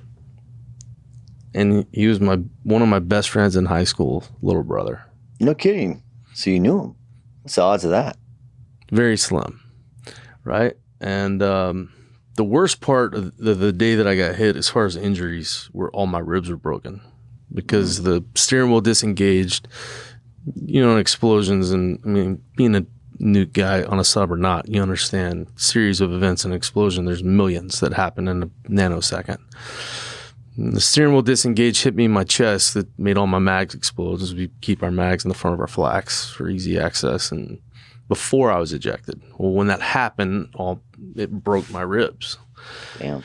Which was the worst pain out of all of it. It was broken ribs. Anyone's even had a dislocated rib or a fractured I've rib. had one cracked rib. I thought I was going to die. It's so painful. It's the worst. It's so painful. And I called him Joshy growing up because I looked at him as like my own little brother. And the ambulance doors open and Joshy's right there. And he immediately put his head on my chest and started bawling. And was just saying, "Not you, Jake. Not you." And I was just holding his head and saying, "It's okay, Joshy. It's okay, brother. It's okay." And all I could think about was, I would do anything just to get your damn head off my chest right now. Because the pain in the ribs, yeah. But instead, I was like, I just needed him to know, "Hey, man, I'm okay-ish, and it's okay. It's okay, I got you." I needed to do the comforting thing, even though all I could focus on was, I'm in so much pain right now. But like letting him know, like I'm okay, we're all right, was more important. Like superseded, yeah, your own comfort, yeah. Right? And which is pretty indicative of the way I've lived my life and I've grown up, and I think plays a big hand in being able to lead people in a gnarly movement.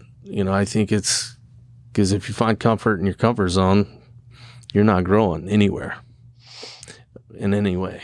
And he stuck to me like white on rice the whole time. I mean, he tried to go into the OR with me, and they were like, "Nope, you can't." And he goes, "I'm going wherever he's going." I was like, "Josh, you can't. Just please go away."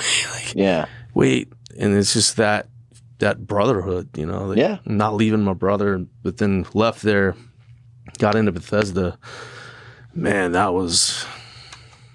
was the first time I felt like an alien around people I grew up with and that raised me. Is when those doors opened and I saw my family. That's because they were looking at you in a different way for the first time in your life. Had to be, right? And because of the experiences I experienced, even in a short amount of time, it was 29th mission in 30 some odd days, 40 days, whatever it wasn't long. It was enough to see enough gnarly things that I'll never forget.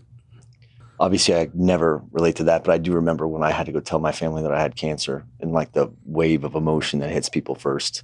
And I remember like saying, "Guys, I've trained for this my whole life. I've been in wrestling my whole life." And it taught me how to get off my back in life, so to speak, right? So I'm like, I'll be okay. I found myself in that situation. Then they were trying to comfort me, but I was trying to comfort them, and I was like, "Guys, I was built for this. I'll be okay." Mindset is everything. It really is. You have to tell yourself. You have to, like I say that to my kids all the time, like the voice inside your head has to be favorable for you. Because if not, it'll destroy you. It'll destroy you. And I think that for me, it was a blessing getting cancer when I did, right? Because I remember talking to my doctors at MD Anderson in between surgeries, and I'm like, "How much time?" And they're like, "We can't guarantee you anything more than 2 years." And everything in life just shifted, like all the petty things. And I just remember thinking, like, even the way in which I viewed my life, I'm like, I won't do something today if it could be one of the final last 2 days, 2 years of my life. I won't. And still to this day, I'm good now. I'll be fine. It will not be cancer that gets me. But I still remind myself of those things all the time. I wake up at the same time every morning. And I do the same thing because I get to, So it's how you walk away from those situations. Brother, it is like I was doing an interview. I had to do the coin toss for the LSU UT game a couple years ago. Here at UT, which is interesting with my wife being diehard Longhorn, and I'm LSU Tiger. Yeah. And one of the interviews I had to do before the coin toss, the interviewer asked me, she said, what would you do if you met the person or persons that built the bomb? They wouldn't like my answer. Mine wouldn't be a politically correct answer to that. And I know that's what she was fishing for. Yeah. Right? To give the knuckle-dragging warrior answer, you know? And, but believing in full transparency, honesty all the time, even when it makes me look like shit. I'm never going to lie to you. I thought about it for a minute, and I didn't, and the knee-jerk answer was what she wanted to hear. But then I stopped and focused and was like, give me a second. And I thought about it. And I thought how when I left to go to Iraq, my father was my father and I was his son, and that's where it ended. You know, my brother is my brother and my older brother, and I mean, we were tight, but, you know, we didn't really have the bond that I would hope for. And I looked at her and I said I would hug him and I'd thank him. And she looked at me and she was like, her disappointment turned to gratitude pretty quick. Well, that's a whole life cycle. You've had to transition that wasn't instantly, I'm guessing. That it was not overnight. Yeah. Right. And she said, why is that? I said, because I would not have the relationships I have now with the most important people in my life. I wouldn't have it had it not been for them and that day. That by default forced us to either come together or just separate indefinitely. That tested everything. It's very Lieutenant Dan, you know, come full circle with that. Well, it is, and it may sound cliche, and I don't give a shit if it does. This is my truth, you know. Sure. And it was one of those things where I am so grateful. I'm so grateful because even though, you know, I still have my bad days. I still have days where I wake up and the last thing I want to go do is people and grip and grin and because I have to do it all the time. Sure. You know, there's days I don't want to do it and I don't want to be around that and I don't want to go be an inspiration or a pillar of strength or all this other shit that society has labeled me as, because I'm just a human that bleeds red like everybody else. And I don't have all the answers and I don't have it all figured out. I do live with conviction and I can be abrasive and I can be in your face and I can be all these things. But it's for the greater good. Make no mistake. There's zero self-interest or self-gain there. There is no room for self-interest, self-gain, and the fight for the greater good. To leave this spinning ball of chaos better than we found it, there is no room for that. Well, listen, to that end, because we could go forever, we'll bring this thing home because I feel like now we'll have to do this again, right? We'll have to talk because I still want to dig into more of the One Tribe. Like, it's going to be the charity event that we do for our golf this year, but I'd like to see, you know, how we could expand into that and, you know, stay in orbit with you guys and do more, right? I mean, a golf tournament is great, but there's other things that we could do outside of, you know, conferences and things that. Well, I don't see why we wouldn't, because by default, we were brothers before we were brothers. For real. I think that's awesome. You know, so I think the thing that I love the most about the military, and I was talking about someone else, we could pick up right up where we left off with some of my old shipmates. I mean, I could pick up and call one of my old captains or department heads or whatever, you know, my chiefs, guys that I served with. Yeah. I keep in touch with a fair amount of them. We don't talk all the time, but we talk when it's the right time. Need to talk. And it's funny because I do like how in the space, the industry that we're in, the data center industry is awesome. It does have a fair amount of former military in it, but there's room for tons more. And it does provide me that other tribe, There is a tribe within this culture, within this industry. This industry is awesome. It is hands down the greatest industry to grow a career in. When you transition out of the military, there's just so much opportunity. You could go, a mile wide and an inch deep, and touch a lot of bases, or you could really drill down deep into one element of this industry and really make a difference.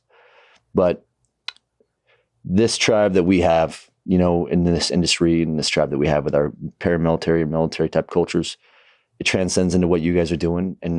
And our mission is aligned with your mission, our business mission at Overwatch, and what we do with the conference and what we do with these podcasts. We love the industry.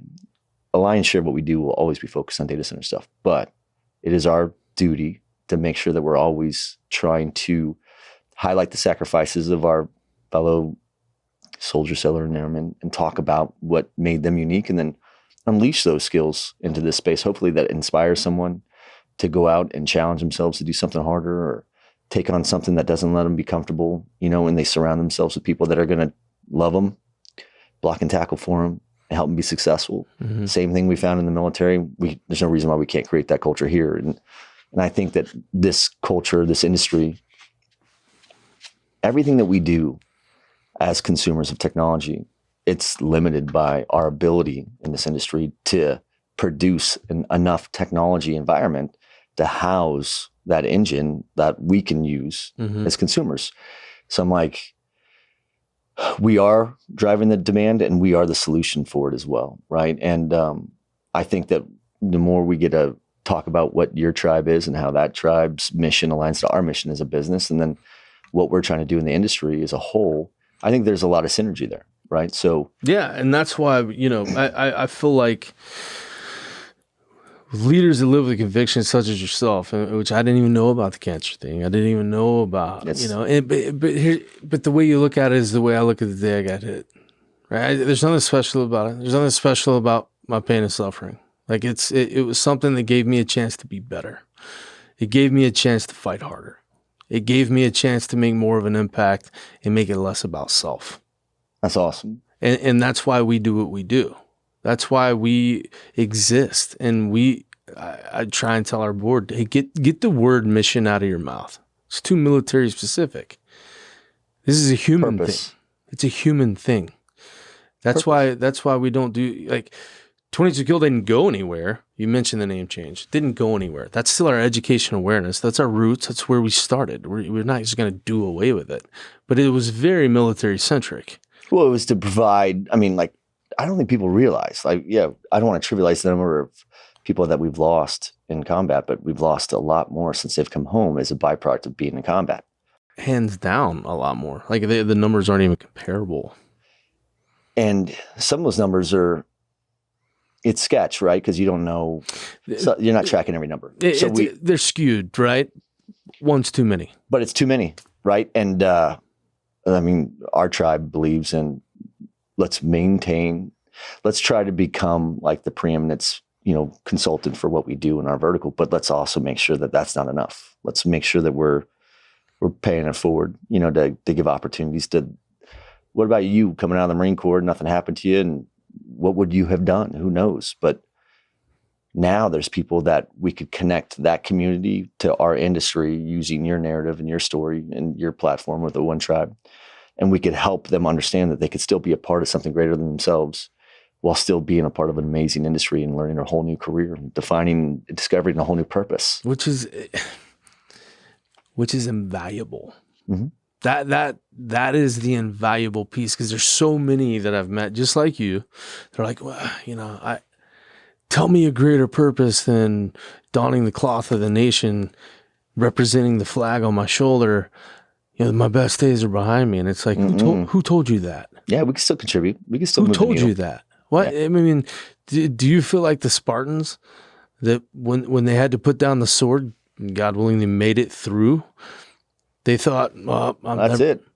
No, they didn't think that. And that's the point, is it's like we transitioned from 22 quickly. Yeah. We went from 22 Kill, which when I took over in 14 or 15, I don't know. When I took over,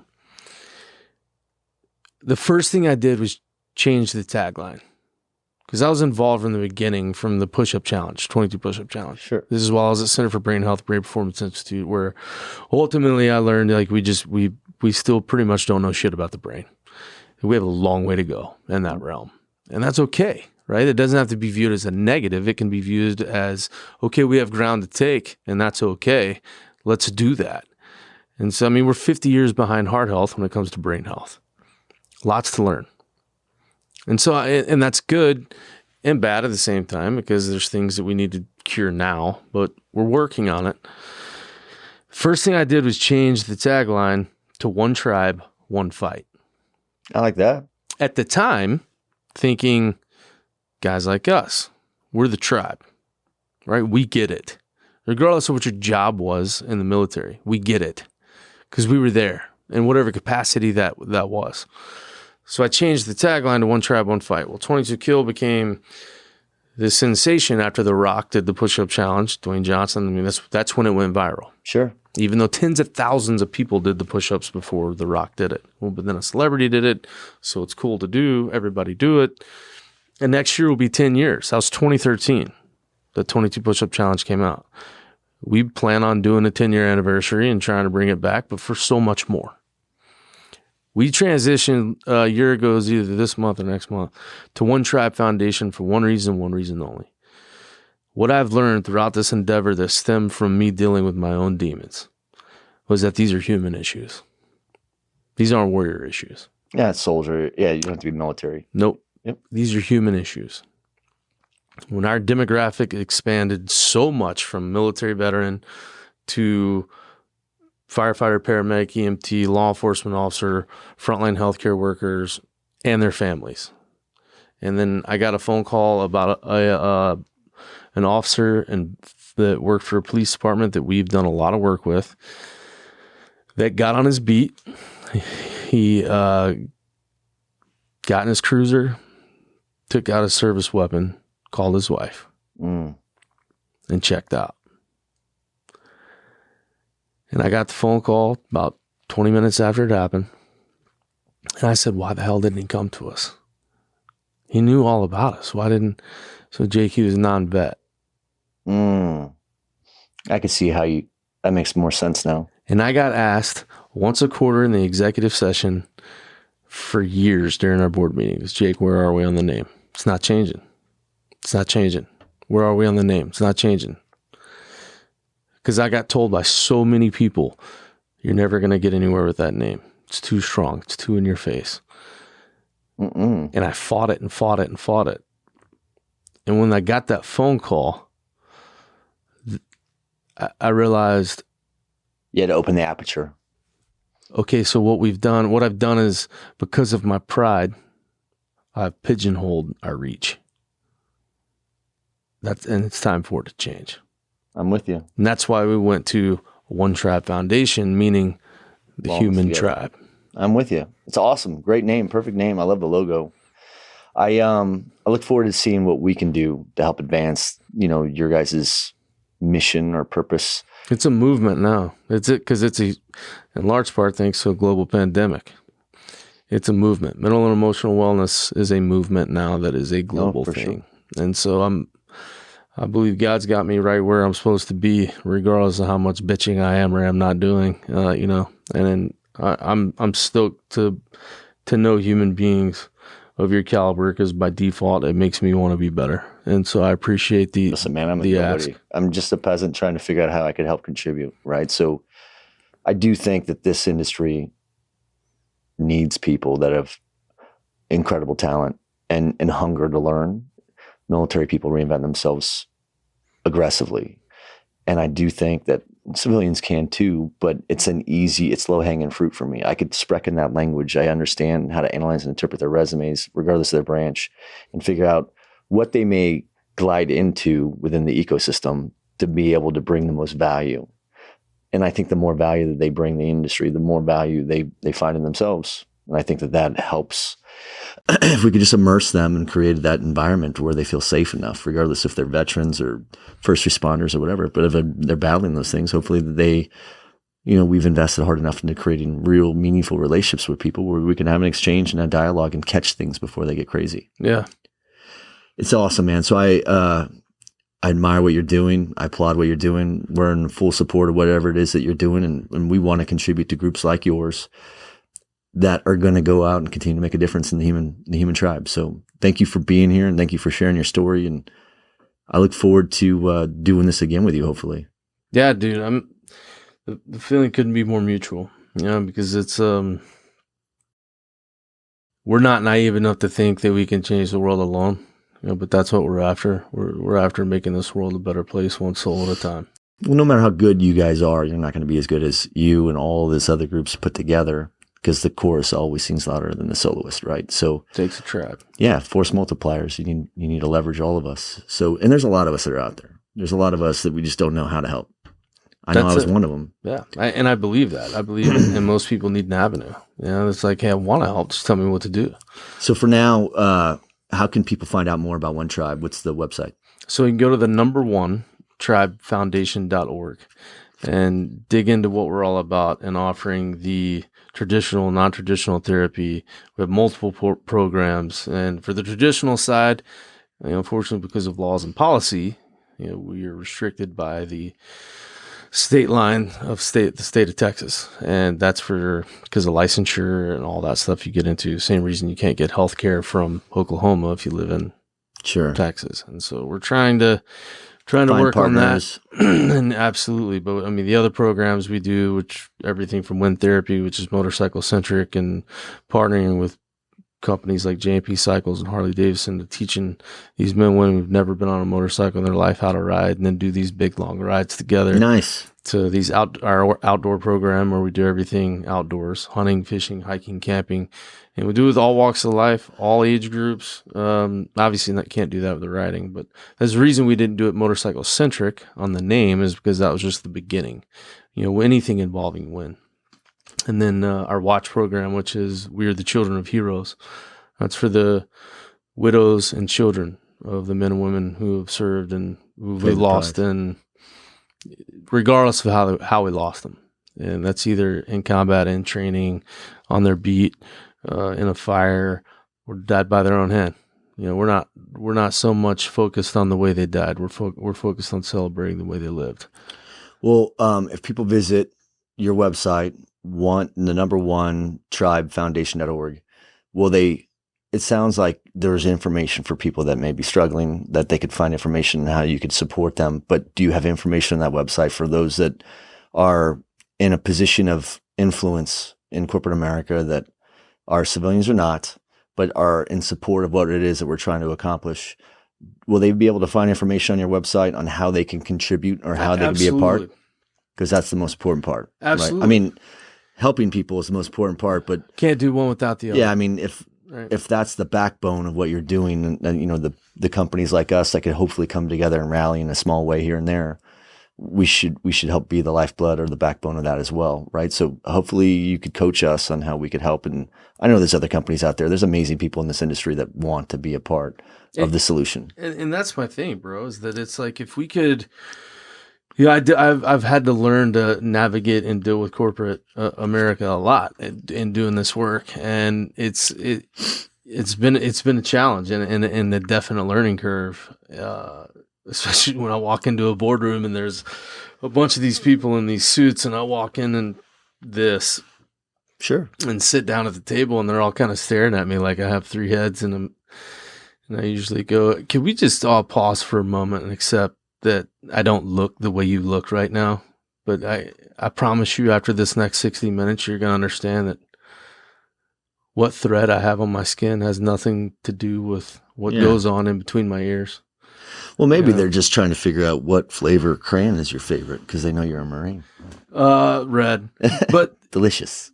I mean, look, man, we're all in this life thing together, and I've learned in a lot of ways the hard way that I'm not going to win alone. As tough as I want to think that I am, and as gritty and as much willpower as I know that I've got, I can't do it alone, and I want to be surrounded by people better than me. So by default, I'm better. I'm commanded to be better. 100%. And so that's why we're honored to be a part of this, and we're honored to be able to come and show up and do whatever we can do, however we can do it. And everybody needs to know that, look, the only thing that sucks worse than suffering is suffering alone. And you don't have to suffer alone. Strong thing to do is ask for help. And if we can't help you directly, I assure you, we work with someone around the country who can. Well, hopefully we get you down. Your live day anniversary is on the 20th of September. We're hosting DCAC Live September 27th and 28th in downtown Austin, ACL Live. We host the golf tournament on day one. It's in the morning. Then we kick off day one in the evening with, some sort of big networking event that happens at ACL, typically a concert, live music. We'll probably have stand-up comedians this year. But hopefully people will have the opportunity to come meet you if you can make it into town on those days. Yeah, listen, I would love to be involved in whatever capacity you'd like me to be involved in, and love meeting new people and letting them know that regardless of whether you know it or not, because we're a beneficiary of these events that have been put together by great leaders such as yourself, when you show up and you go to work, you may not know it, but just because you showed up and you're going to work, you're helping someone somewhere. That's it. As long as you could help. Thank you for your service. Thank you for your sacrifice and your commitment to this nation and to our fellow veterans. And thank you for being here. I appreciate it. Hey, likewise, my bro. Likewise.